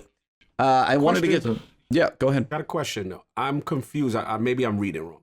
When I read pursuit weapon, are we kind of throwing that ritual weapon? Yes, that's what I've got to imagine. Say. And that was when I read the TWAB on my stream yesterday. It seemed like we were getting some mixed kind of feedback on that line, or because if that does replace ritual, that would probably mean that potentially the new going forward is going to be, instead of 3 weapons, probably 1 that looks different depending on the activity you do. and that's what it seems like at least. Yep. And so it's an interesting thing. I guess the only reason why I'm questioning is that prior TWABs, right? Recently, they explained why they were going away from it, and they were like how some of these legendaries became too strong in a way, right? And then so they basically went from what was it? Was it Ritual to I forgot the name? They went from Pinnacle to Ritual. Pinnacle to Ritual, yep. right? Yeah. So now we're Pursuit, right? Yep. Yeah. So I guess the question Pursuit. about Need for Good Speed, one, Hot good Pursuit, great game by the way. good one, good one. I love it. That's a good game. It So it's was. It really was. It really was. It really was. Shout out to E on that one. So it's like, I guess I'm happy they're coming. Don't get me wrong. I'm confused because I thought they were fighting this. So I just wanted to bring it back to you guys. Like, how powerful do you think these things are going to be? I think it's all cause type. I think it's all cause and effect. I feel like it sounds like they're worried. I mean, they don't want to lock themselves into 3 weapons a season. It must be too rich. It must be too rigorous for them to make 3 extra weapons that are all good and actually worth it. Or else I don't see why they would navigate away from Ritual. That just seems to be my initial thought on that. CB, let me ask you. So you think it's 1 per season as opposed to 3 per season? That's what I'm thinking, and I'm hoping if that was to be the case, because I think we can all agree that Rituals were okay, but it's not like they were game changing. Yeah, facts. Let's hope that if we are having a Pursuit weapon instead of Rituals, I'm hoping that it'll at least be in between Pinnacle and Ritual, and better than our Ritual weapon, so that if we're getting 3, like not bad, because Python was pretty good at 1-2 punch. I think it was a great option for people if they need a 1-2 punch shotgun, but it also didn't break the game. Right. The way like a Recluse or Mountaintop would or something. So if they are going to lock themselves to 1 every season, then maybe they can boost it up a little bit, maybe a little bit. So maybe they'll be able to play around with how good these weapons are if they do it this way, and it'll be less dev stress. Yeah, I don't know. That's just all like theories. Yeah, and it could be. What do you think, man? Me, I guess it also honestly depends on what else we get based on each season. Like the expansions obviously drop a decent chunk of weapons. The seasons have been smaller, but I mean, how many weapons did we have in Season of Dawn? We had, between the obelisks and then the tower obelisks, we had like 10 or something like that. Yeah, there's a decent amount. This time around, we had like 4 or 5 for. Yeah. I was like, it'd be nice to make. So I guess if we're only getting 1, maybe as CB's saying, it does have that like squeak more performance. So it's just a small tier above that. Hey, you got to go run 100 activities. It's like, damn, that's going to be a while. But when you do get said thing, it's going to be just a little bit better, which is a nice payoff, at least for your investment. Yeah. I like how you can get the skin and make it be like, hey, I'm a PvE guy. I run strikes like crazy. Guess what? You can slap a PvE skin on it. Support your PvE. But the idea is, I guess, that the 1 has to be tied into what we get each season. If I get 3 weapons in a season from this activity, and we get 3 weapons in an entire season, I only get 1 more, I'm like, that's not enough. But if we're getting like 10, then I'm like, yeah, 1 more is cool. So it's like, it's the balance of what is the seasonal offering versus the 1 pursuit, because if you're taking away 2 potentially, Ritual, I'm going to get those names confused too. 2 rituals, then it's like, I would like 1 of each weapon, like every season potentially, because submachine gun, shotgun, stuff like that. Not everybody plays the same way. Not everything's always in the season. That's true. All that type of stuff. So it's the balance of those 2. It'll get sprinkled in other places, as hopefully we'll see like that dispersed in other places. Hopefully, that's the hope. My only caveat too is that if it is the 1. I love the aspect the Highlander of weapons. I love the aspect of being specific, like a new perk created. Now I know people say, "Hey, I hear you." Because that's what made Recluse and all this stuff kind of cool, right? Obviously, with arm and stuff. And my thing is, the reason why I'm justifying it is because with You Be Happy with weapon retirement, right? Yep. Mountaintop and all that stuff is going to go, right? Yep. Recluse is going to go. You're 100% right. So that's how you can kind of control it and rein it in. If it did get out of control, obviously, they're going to patch, they're going to tweak, they're going to do that stuff. Yeah. But I think this gives them an opportunity. Because I'm going to be honest, y'all. When Rituals came out, I mean, yes, Python was cool, but what's the SMG and Gambit? I don't know. The exit strategy. Right? Exactly. The fact that we don't even know the name, we only use it. Exactly. Exit it right into your vault. You know what I'm saying? Like, we ain't using that joint. So it's like, my thing is, I love those specific new perks. Even with Redrick's, you know, it had, what was the one that makes it spin up super fast when you get the precision kill? Desperado. Yeah, like, I love stuff like that. Just, you know, it was cool. And again, because of weapon retirement, I feel it's a nice opportunity to bring it back. But we'll see. That's just me being greedy. I don't know. That's all. Are we cause I saw that it also went down. Yeah, stream just went down for a second. Oh, awesome. Yeah, it's just trying to come back up real quick. Should be attempting to reconnect. Here we go, coming back. Come on back, yo. Come on back. Okay. It's alive! It's alive! We're back. We alive. There we go. We live. Pulling away, so he walked into the room, got all quiet, was like, was this something I said? No, everything he said was right, but I was just looking at the corner of my eye, I was like, oh. See, but you didn't like the idea, that perk I was talking about. They don't want that ritual perk, that pinnacle perk. You hit the nail on the head, though. No, I agree with everything you said. And hopefully, I mean, either they can do that where it's like a unique perk, or at least hopefully they can maybe make it where they have small little performance boosts in the certain avenues of the activities where they perform better. So then maybe at least you have an incentive to use them in said activities. Yeah, so like, there's different ways they can play around. You get a 600 auto rifle that has, you know, a bit more range and a bit more reload speed than most anything else out there that sets it apart. Some way to set it apart is what you're going for.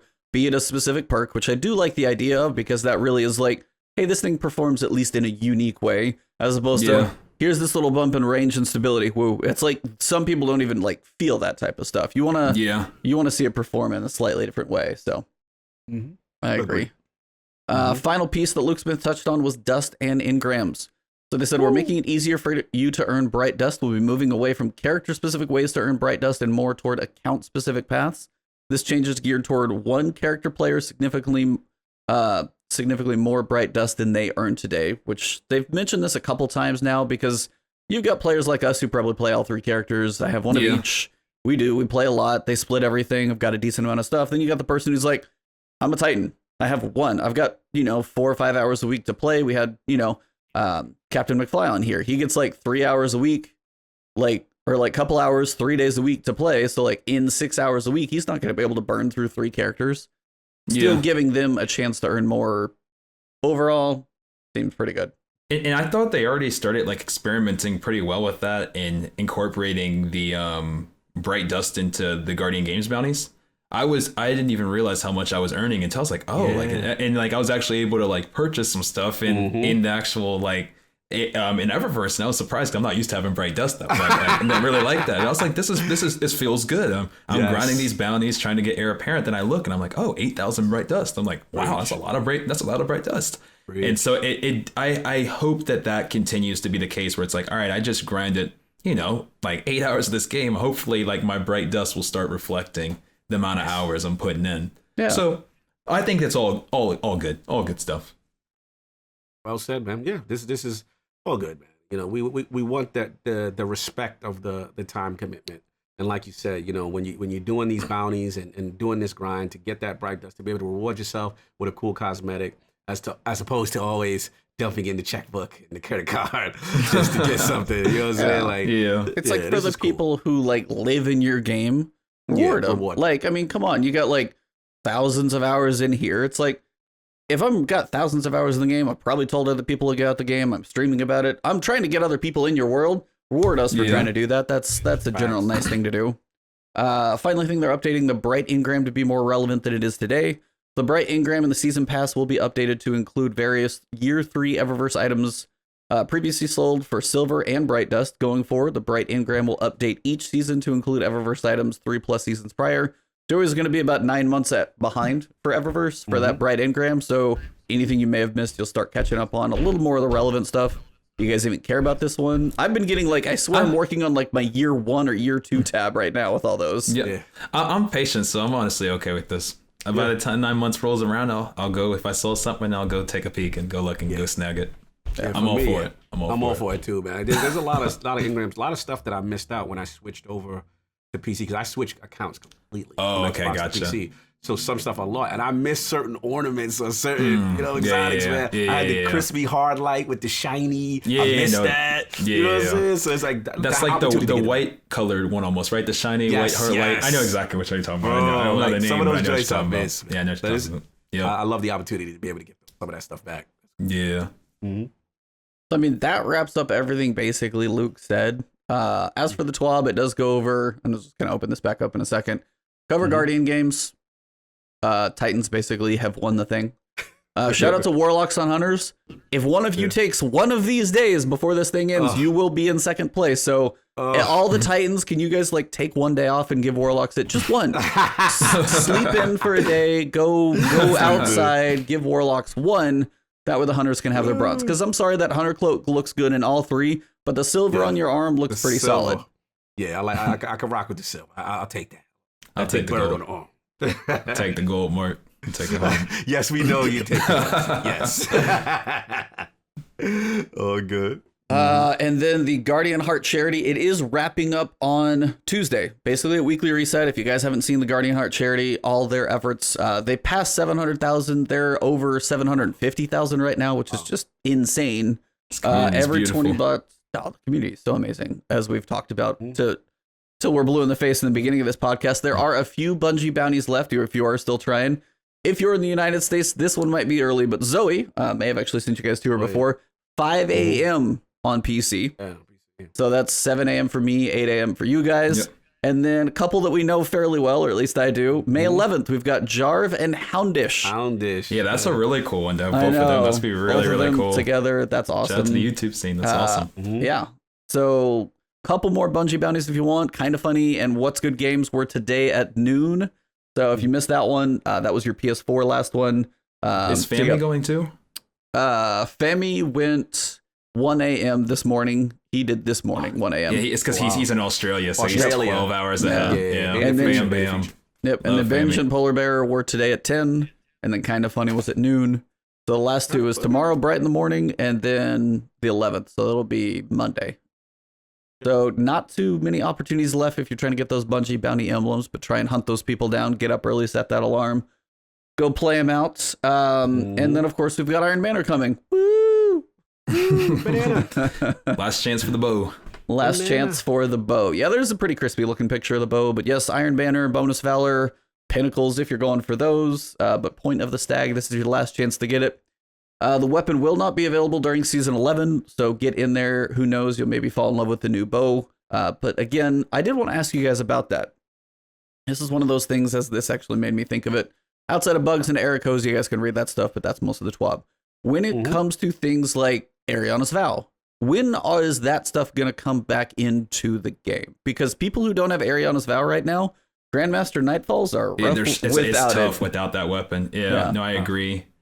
That's a tough one. I mean, I think that the natural answer would be the next big DLC, but is that too long when a certain weapon becomes meta and then a person feels locked out? But one thing, I mean, I do think that if I had to take a guess, the weapons that are obviously like now, so Tommy's Matchbook, Ariana's, all those I think will be available in September. But then I think going forward after that, when we start getting weapons similar to Ariana's Vow, I don't think they're ever going to go away, because they were kind of mentioning trying to get away from the FOMO. So I think that this might go on one more season, possibly. I don't think they're going to drop next season, because I think we're going to get a new Ariana's Vow next season, in Season 11. But I do think that after Season 12, we'll stop having that issue. But it might just be one of the pains just to wait out until September, possibly. What'd you think, E? I mean, that's what I'd like to see. Obviously, Season 11, if Ariana's isn't there, Conqueror is going to be tough for some people, because for barrier and range, and part of it is just the way we have the artifact right now. The barriers are so close range. If we get back to, say, like pulses or scouts or something where you can work a little farther away, we'll have some more options, which would be nice. Right. All of this would still not be an issue. Cross my fingers. I'm going to probably say it every podcast. You know where I'm going. If we can get a mod slot on exotics. Woo! I want a mod slot on exotics would solve this whole issue, because it'd be like, oh, I need other options. That's just going to open more things up. I don't know if they're worried it's going to take away from the current season weapons, but then you have people who don't even have access to those, still get some random drops, but they can't use them. They got to give some more value and life back into those. So Yeah. I think hopefully in season 12 that is something they've got to work on. I've heard too many, not just us, I've heard too many people mention that. Hopefully that it's got to be. I mean, yeah. it's so funny how it hasn't happened. So again, you know, when I hear them not talk about it, I always feel like they are concerned about it. That's how I always feel they are. Like they don't want us running through. But it's a slippery slope. They don't want to make everything useless, and they don't want to make weapons that people aren't going to use. So it's tough because I hear you, Ebontis, on it too, and then because it might be cool. It might make some exotics that don't get played a little bit more. Yeah. So it could also help some other exotics stop dominating other exotics. Who knows? But like but there's all those things to weigh. Like it's one of those tough things that I'm sure that they've thought about, but I'm sure it would be there if they weren't scared or if it was going to break the game at this point. Yeah. Or from a development standpoint, maybe altering exotics. I don't know. You know, I wish it's I tough. knew. It's tough. I don't. But because then what we have exotic god rolls, like in terms of perks, it would just be tough. It just it's tough. It's a tough slippery slope. Like my examples, like what was season 1 like was pulse rifles or something like that. I'm like, what if I pulled graviton lance out instead for a pulse and I could anti-barrier that? I love it, bro. That'd be awesome. See, but that's a point where I don't think that breaks the game because literally the function, if they think the gun itself is balanced, like if I go into a game with graviton lance and you're like, that one cosmology explosion doesn't break the game, then all I'm saying is I want to use that on a barrier guy instead, and then I still function the same way. That's why I was like, I'm with you. I know you are. That's why I was like, that's why I keep saying it hopefully somebody out there hears it, because that's why. To CB's point, maybe I think it has to be something from the technical side on the back end to either, I don't know if it's just really difficult to do or to implement, you know what I'm saying? But it's got to be something because they just added a mod slot talking about it. They just put a mod slot on every piece of armor they put in the game. All those seasonal pieces of armor that, like, all the faction ones, like, they added slots to, like, 10. And they could even take an exotic weapon and say, hey, all it can take is the seasonal mods. You can't put backup mag or rampage or anything like that on there. All it can take is the seasonal mod, but at least you could use them. So I'll shut up now, get off my soapbox. Honestly, no, I mean, it's not a bad point. It's something that I hope that they at least weigh and see. Because it could be interesting. I mean, it would be cool if you could, make Graviton Lance or Overload Vigilance Wing, Vigilance Swing, full auto going through any barriers. Who knows? I don't know. Sunshot Overload. You never know. Yes, that's what I'm saying. So like, it is at least an interesting thought. Like who knows? We'll see. I would love to use Rat King. You know what I'm saying? Have a bunch of people running Rat King again. With anti-barriers and just eating 3 champions because you have 3 of them. 3 of them? Oh, man. That would be so much fun. Absolutely. Yeah, like, see all these, like, there's so many exotics that are not being utilized because literally, if you're going to go to that content, they're throwing these champions into everything that we're typically going to face, especially if they talk about aspirational content. But then you have this load of exotics that we can't use. So it's just a weird mix right now. Yeah. Hopefully we get it. Maybe it's expansion-y. Maybe it's something that just requires more time. And generally those bigger kind of changes, let's be real, when expansion is, when we get it, it's also like a huge change of life every expansion. They always do something to the game that really affects its core. So maybe it's one of those things that they can do and it just takes longer. So they've pushed that down into that zone. Because we always get surprised. Every expansion, we be like, "Oh wow, they doing this! Oh wow, this is cool." No, I agree. I agree. So what do you think? What would you guys like when it comes to the fall expansion? What is your what is the major fix? Is it a weapons 2.0? Is it armor 3.0? Is it? I know we've had a lot of good wins today, but is there any current function? Strike specific loot. Like, what do you guys feel? Strike specific loot. Yeah, I was gonna. You're like that right there. That's all I need. Basically, on a higher scale, though, just trying to make some of the activities that have struggled to have value, just trying to bring the value back. So that can apply to trials, that can apply to strikes, it can apply to raids. It just blanket, just trying to bring point back into activities, I think is like one of the big things. We're getting the mods they're starting to be interesting, and we're starting to have customization. Same thing with with the armor and weapons. So except for the exotics, obviously we don't have the exotics. But they're starting to we're starting to have interesting combos we can try. But if we could get some of those activities playable and rewarding. Same thing with Grandmaster Nightfalls too, even boosting those up a little bit more so people are in those for more than just Conqueror. Like if they can just put a blanket add in value to a lot of the activities, that would be my slam dunk. in September for me. Yeah, literally on the same page. I mean, I'm such a proponent for raids, and I don't think they get enough credit for how great they are and how unique they are to the game. Yeah. So I'm all about incentivizing them, all about always having like a pinnacle activity raid rotator list, because one thing that breaks my heart 100%. is that, you know, you got something as beautiful as the Last Wish and no one's not running it no more, right? Yeah. But if you incentivize and say, yo, this week, Last Wish, you guys can get pinnacles in there, that it just drives engagement. 100%. And I think that's something that they got 100% right in Destiny 1. Yes. At the end, when they started rotating, they brought all the great ornaments. They were rotating. That was at one of the best points in terms of from a rating experience. Of Triumph, Age of Triumph. Yep, one I of got the the shirt greatest. on right now. Woo, love it. Because again, think about how cool. Like you did. DS Titans aren't so bad. You got the Wi-Fi helmet. You know what I'm saying? You did Crota. You coming out outfitted it looking like Oryx. Like all that stuff. And that was their best ornaments too. Woo, Oh, those that chroma. Remember that that chroma? armor was gorgeous. For sure. Yep. And Bro, so like, that would be huge. You made a great point. The rotating raids back would be awesome. And they already at least said a few things. I know about the TWAB. What was the line they said Ebontis up earlier in today's and yesterday's TWAB? What was the line they said about raids? Can you repeat what they had said if you scroll back up to the top? I think it was where I'm they looking. talking about the geometry thing? Or? No, not the geometry. They did just mention some Going about forward, making the aspirational raids. activities will reward players power, items, and vanity. That part. So if they can get the two things for me, so I just wanted to say, so one, if they can make the old raids replayable, and if they can just make raids in general more rewarding, those are the two things. So if they're already touching a little bit on trying to make it more rewarding, so if they can also, I'm with you. I would love if every blue moon, if Spire Stars is a powerful, Bruh. or pinnacle, excuse me. I'm gonna do it. I'm gonna go have a blast from the past day of Spire Stars and get a powerful thing out of it. Yeah. So maybe increase the raid drop playlist. rates. Yeah. Increase the drop rates of a little anarchy, a little 1K. You know what I'm saying? People in there. Hey, man. you didn't get Last Wish. Well, guess what? Anarchy drop rates are buffed, and you can get a pinnacle if you finish, the heart run or whatever. It's like, and then you're gonna have people being like, "Hey, I got to figure out these raids again because there's actually a reason to do the old ones." That would be huge. That one I completely agree with for you guys. That one's huge, is the rewarding. And the other piece, Prescott said it, and this is one I've thought about too. They've teased this already. The obelisks and things of that nature.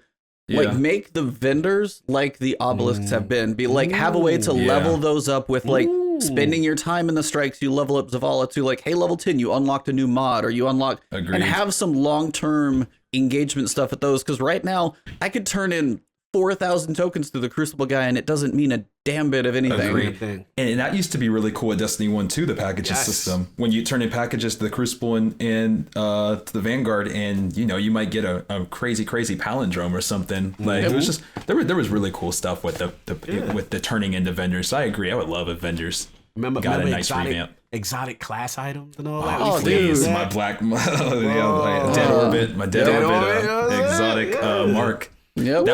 That was amazing too. It's just those small little things that you wouldn't think would change the gaming experience, but there were people grinding all of those class items on all characters.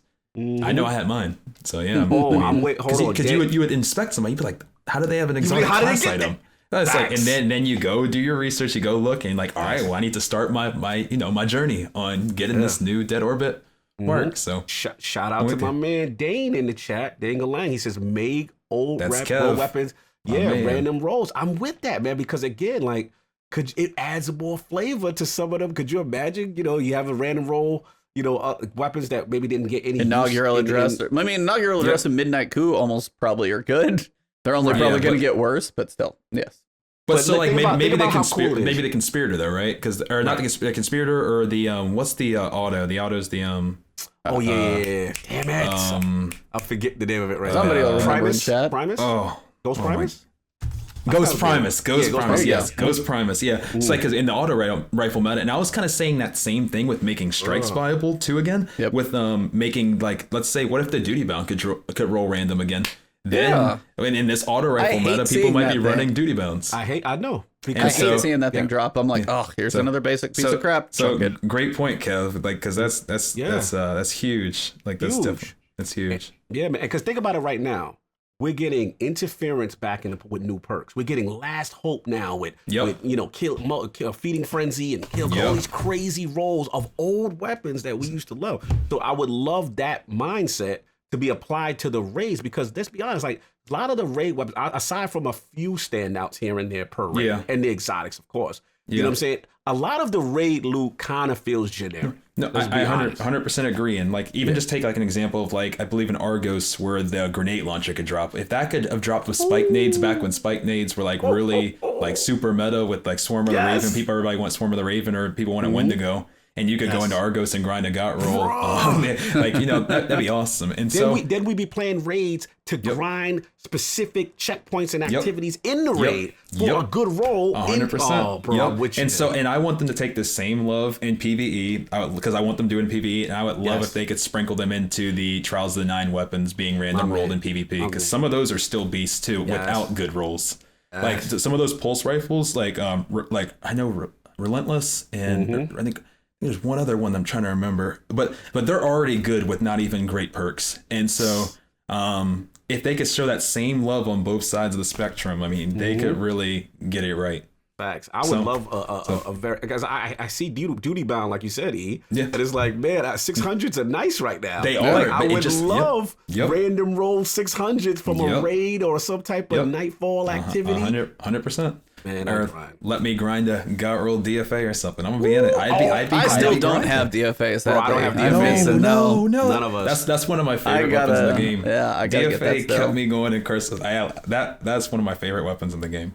Nice. Still amazing and I've tried a lot. weapon. It did not happen. So yeah, yeah. But that's like weapons of myth. Yeah, that's pretty much all they've got for the TWAB this week. Is there anything else you guys want to cover for topics? I know we kind of actually do have one for you, cbgray.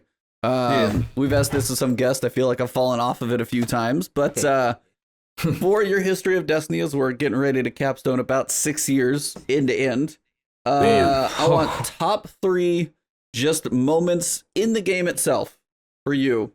We've gone away from it. Good question. Yep. Oh, moments in the game. Oh my gosh. So not like making a video, but gameplay moments for you that are just like chef's kiss. Or some moments. Maybe some Destiny moments. Like, and so this moments like, so in like I'm playing the game and I have a moment within something within so the like game, one right? of my I'll give you one of mine. For my example is when my buddy and I, one of my best friends, we 2-manned Crota, and it was like we practiced for like a couple hours, and we just like whole damn thing, and that was our flawless raid too. So like 2-man flawless Crota, and it was like that's one of mine that will always stick with me. So that's just an example. So what are your like just epic moments for you? Just 3. It doesn't have to be like the craziest thing, but yeah. So one, like I still gotta put like one of my first Vault of Glass experiences in there. It was something that like I always remember how that went. You're welcome every time back. Oh man, you repeat dude, this is really tough on me to cap it to 3.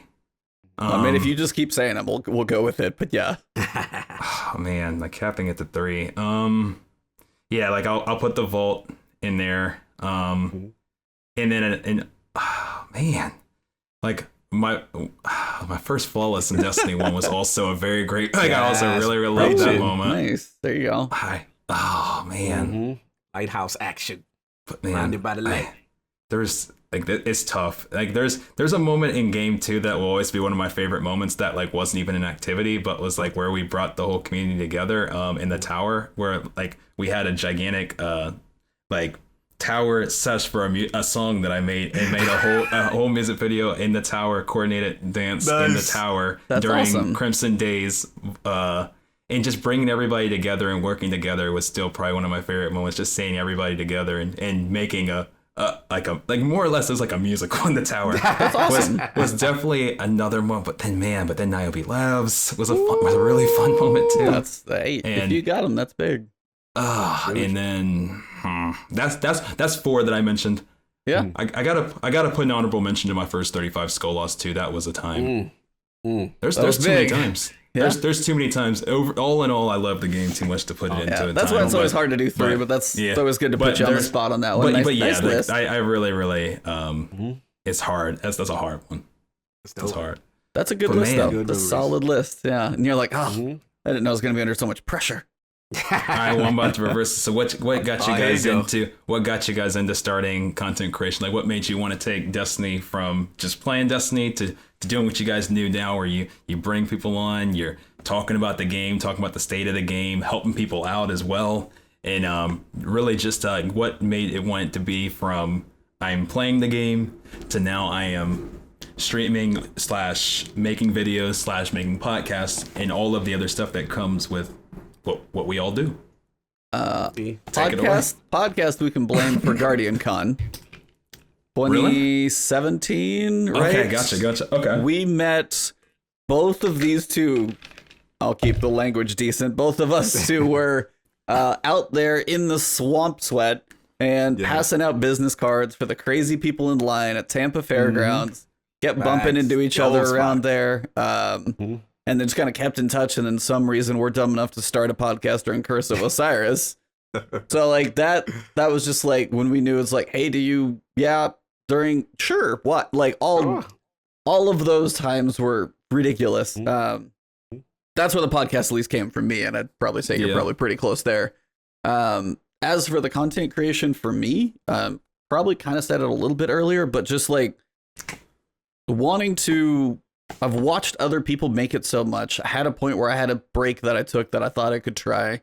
And it's just one of those games that I had lived and breathed it enough, and I knew I was decent enough, and I had worked through these challenges myself, and I was just like, if I can do these myself, can I actually record myself, figure out all the process, and self-teach OBS and recording and capture cards and all the crazy stuff? I'm like, this can be done. I'm a techie, kind of smart dude, and I'm just like, I'll see if I can give this thing a shot. And I was just like the first video putting up, and then like Division was coming out around the same time, trying to cover both of those. That was about when I started. It was like how long ago was that? I started, what am I, 4+ now? Because it would have been when Division 1 came out. That was probably about 4 months into my channel. So whatever that year is, it's probably. So it's a little bit more than that had to be more than 4. Division 1 came out. I was a freshman in college, and now I'm over 2 years out. Because Division, so it came out a while ago. I remember when it came out. Division 1, March 8 of 2016. 2016. Oh, 2016. Wow. Did I play? Have I been at this? And that's what I'm like. Have I been doing this for that? No, then I was a junior. Then did I play a demo? When did the first trailer come out? Maybe the trailer came out back then. No, I guess I was a junior in college when it came out. I don't know why. I thought who knows? But very, very cool. I'm 4 years in June. 4 years in. What about you, Cognito? Oh man, let me hear it. For me, obviously, he said the podcasting. That was, my first Guardian Con. Again, shout out to Tampa Bay, the fairgrounds, hot. No AC, but we out there. You're just networking, and me and E hit it off immediately. I'm like, man, he knows his destiny. Like I never met someone with the same amount of passion I have for the game. Yeah. So that was the start of that, and I didn't care that it was at its lowest point because I love the game so much, and I just love talking about the game. Yeah. So, the weekly updates, that kind of stuff. And then it fed into where we are now. As far as, my channel, obviously Iron Lord's podcast, if you can't put it together, that ain't start from Destiny. You know what I'm saying? Like most people like, oh, you guys were a Destiny podcast. And initially we were actually Destiny only at one point. Yeah. And when we first started out, shout out to Addict, shout out to those guys, King and Sov. And I think what ended up happening was people like, we had a community that loved when we talk about Destiny, and then people like, oh my God, you're still talking about that game? So that kind of transitioned into Last Word, so I could have my fix. Gotcha. Me and E can still talk, and I can just still talk only about Destiny, whereas Iron Lord Podcast kind of evolved into a multi-platform kind of a thing. So we talk consoles, we talk what's going on in the industry and stuff like that. We still gonna talk about Destiny. You know what I'm saying? But for the most part, you guys do an amazing job, and to go over 100 in anything is very, very respectable. And speaking of Guardian Con 2, for anybody who doesn't know in chat, me and Ebontis also met finally at Guardian Con. We knew of each other before, but we kind of put 2 and 2 together. He kind of looked at me, I kind of looked at him, and we knew. You? Me? Yeah. And so we also hit up. I will tell you guys from experience, if you wear a shirt with your name plastered on it, it actually kind of works. I'll be honest. It's kind of helpful. Yeah, I was like, I recognized the logo on his shirt. Yeah. I recognized my hair. I don't know what might have set it off. But we had that moment. We had that moment, and so so I'm very grateful to just have got this chance. It's been really cool, and we got to continue talking about more Destiny. It's always fun talking about Destiny. And I think that overall, like, to kind of put a wrap on the whole Destiny thing, I mean, I feel like overall we're like in a place where I think we're right about to be there. Like I'm seeing some of the signs where I think if they just keep doing what they're doing and keep being transparent, like I'm hoping that we get that home run that I know that everybody wants. Like everybody at the end of the day wants Destiny to be good. Like I mean, nobody just enjoys it being bad. So like I mean, I really think that like we're it's gonna be we got some good stuff coming. In my opinion. So I'm very very excited to see where we're at here in September, if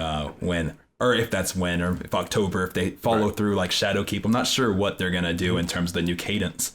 In terms of if they're going to stick to October with Shadowkeep, or are we going back to September? I'm not really sure. They got the flexibility now. They're not beholden to Activision, so that is true. They have more, and I thought that was impressive that Shadowkeep actually got pushed a little bit, based on Daddy Activision always behind. Yeah, it needs to come out at this time. So that's the advantages of independence. Yeah, and I also respect like what Ebontis was saying too about year 4, year 5, year 6. I mean, I don't think that was always the plan. I'm sure at one point there was the whole Destiny 3 thing, but it sounds like they realized they weren't ready. Yeah, and nobody wants to see a new game where the vanilla once again, like, isn't what it could be. So, I mean, it sounds like they're trying to take the necessary steps to make sure that, at the end of the day, everything ends up, it's going to be good. So, completely agree, man. Yeah, man. Agree.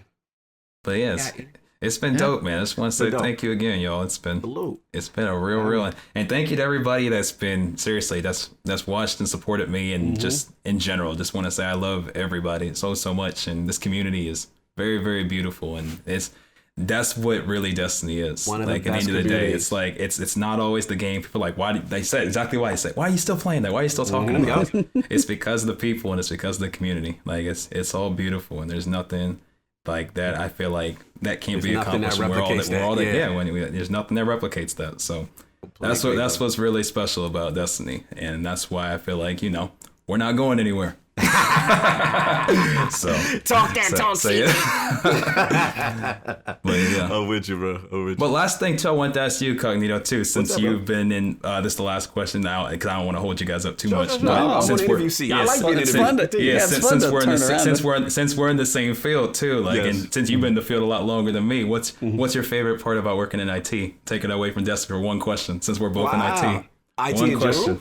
Yeah, IT in general, since we're both there. And I've been in it for now 2 years since March. Yeah. I think for me, it's just like the whole science of how things work on the back end. And then on the client facing side, helping people and resolving someone's issue who is either stressed or going through a very, critical, P1 critical kind of a situation. And to kind of show them that they have the trust that we're going to resolve the issue, to help them do the process, and then to see kind of like you with your streams, right? Yeah. For example, when you do something for someone and you see them initially stressed, they don't see a way out, and then they get that resolution, and they're helpful, and they're so thankful that you were transparent through the whole process, and then got them to their end game. Yeah. That is one of the best parts of IT. You know what I'm saying? It's really cool. So that's where kind of Destiny kind of mirrors it. Exactly. Yeah. No. 100%. Yeah. And I mean, whether we're helping with IT, or whether it's a homework problem, or whether it's Destiny, no matter what it is, just seeing that end result, and just seeing like people that weren't able to get something, whatever, inserted in, and be able to get whatever that said thing is. It's like helping people is like one of the it's a really cool part of this game and community. So it's dope. Brother. It's all dope. It's all dope. It's about, brother. Yes, sir. Man. Well, thanks for answering that, man. I'm 2 years in, so I'm gonna keep on pushing. Future's bright for you, brother. I got full confidence. I appreciate it. No doubt. We gonna rock out, E? Yeah. So, I mean, honestly, thank you all for coming, Sir cbgray, Christian, the man with the fro, the spin foil hat. All of the greatness in here. We got it all too. Sorry we had to mess up your hair, but damn, that was worth it. I'll put it on one more time. Oh, there we go. We gotta go out in style properly. So much crinkles. The funny thing is now it doesn't fit in the back. It doesn't fit. Yo, the side profile is hilarious. There's so much hair. So much hair. Oh, that's amazing. It's too much hair. It doesn't fit. Spinball emojis. Shout out to Melvin. Shout out to Yo, awesome. Vegeta. They all put the spinball emojis for you right now. That is beautiful. So yeah, your community is amazing, and honestly, so is the Destiny community. So thank you for bringing your community, sharing them with us, and thank you for joining us for an evening chat by the campfire, sir. It was amazing to have you here, and honestly, can't thank you enough. So make sure you tell everybody who's listening, be it audio, video, because we're gonna post this everywhere, where they can find you, what they're gonna see when they come find you. What's the best place to get a hold of you? Perfect. So the Social security best place number, to single watch. stat. No, I'm just kidding. So the best place to watch us is we are on YouTube at cbgray, cbgray. That's the name of our YouTube channel. We make helpful videos, or sometimes I want to make some funny videos, but mainly helpful videos with exotic weapons or anything else that might require, certain guides. And then we also daily stream on YouTube, usually 6 to 7 days a week. And then after we're done with our YouTube streams, we stream over on Twitch once we're done at twitch.tv/cbgray. And yeah, we like to have fun and laugh at me falling off cliffs and aiming really poorly. I'm a potato player, so it's always all in good fun, and we just like having a good time. So I'd love to share some more memories, and if you ever need any help, we always are here for you. So that's where you'll find me. And I look forward to seeing y'all. You guys are all beautiful, and I appreciate the time. I really do. And thank you guys for having me on the podcast. It's really it's really fun talking about Destiny. So it's a blast, especially with the tinfoil hat on. A pleasure having you, brother. All right. Absolute blast, man. But yeah. Cognito, if you want to wrap up, let them know if you got anything this weekend, and we will finalize this sucker. Yeah, man. You already know, at Lord Cognito on Twitter. And again, salute to CB for coming through, man. This is an awesome show. He actually do the interview back on us. I like that. I know. That's cool. I told you that I tried to tell them before. I said I can talk. I say, you got anywhere to go? I said, no. I was like, I can talk. We talking for a while. We share that, bro. We loved it. All of us loved to talk. But yeah, at Lord Cognito on Twitter, you know what I'm saying, on our Iron Lord podcast on YouTube. Every Sunday is the Lord's Day, 1 p.m. Eastern. And we also now starting to stream to Twitch. So all the Twitch guys here, man, if you follow Iron Lord podcast, we will be simultaneously streaming and on Mixer as well. So check us out. So this week we will have some gaming royalty. We'll have Hip Hop Gamer and Red Infamy. They will be on. We'll be talking about everything that went down with the Xbox Series X reveal, or what didn't go down gameplay wise. I know. And then we'll talk about that. We'll talk about the latest rumors with PlayStation 5 and just general console talk, And so again, really appreciate the support. And last but not least, please, the support for our website, lordsofgaming.net. You guys have been tremendous, and trying to push towards gaming media. It really helps us. So thank you for all support. And again, you already know, he hates when I say it, but you already know the best damn Destiny podcast no one's never heard of. The last word. And I'll promote it on Iron Lord podcast too, man. So you be proud, brother. You be proud. But I really love this show, man. To see the support in the chat. Shout out to CB Gray's community for pulling up, showing love, man. That's what it's about. It's about positivity, inclusiveness. Yeah, exactly, brother. And having fun. We all love this game. We love this community. Bad at that. And it's good to see. It's good to see, man. That's what I got, man. I was like, for me, Ebontis, if you find the cheetah, it's EBONTIS, Twitch, Twitter, YouTube, all the places. Mm-hmm. Thank you guys very much. Again, CB, it's been awesome. So we will wrap this thing up. You guys remember, for the recordings, we'll keep this thing going. And when we finish this thing, all you guys who are in the stream right now, I want to send you guys over to Brian Monkus Art.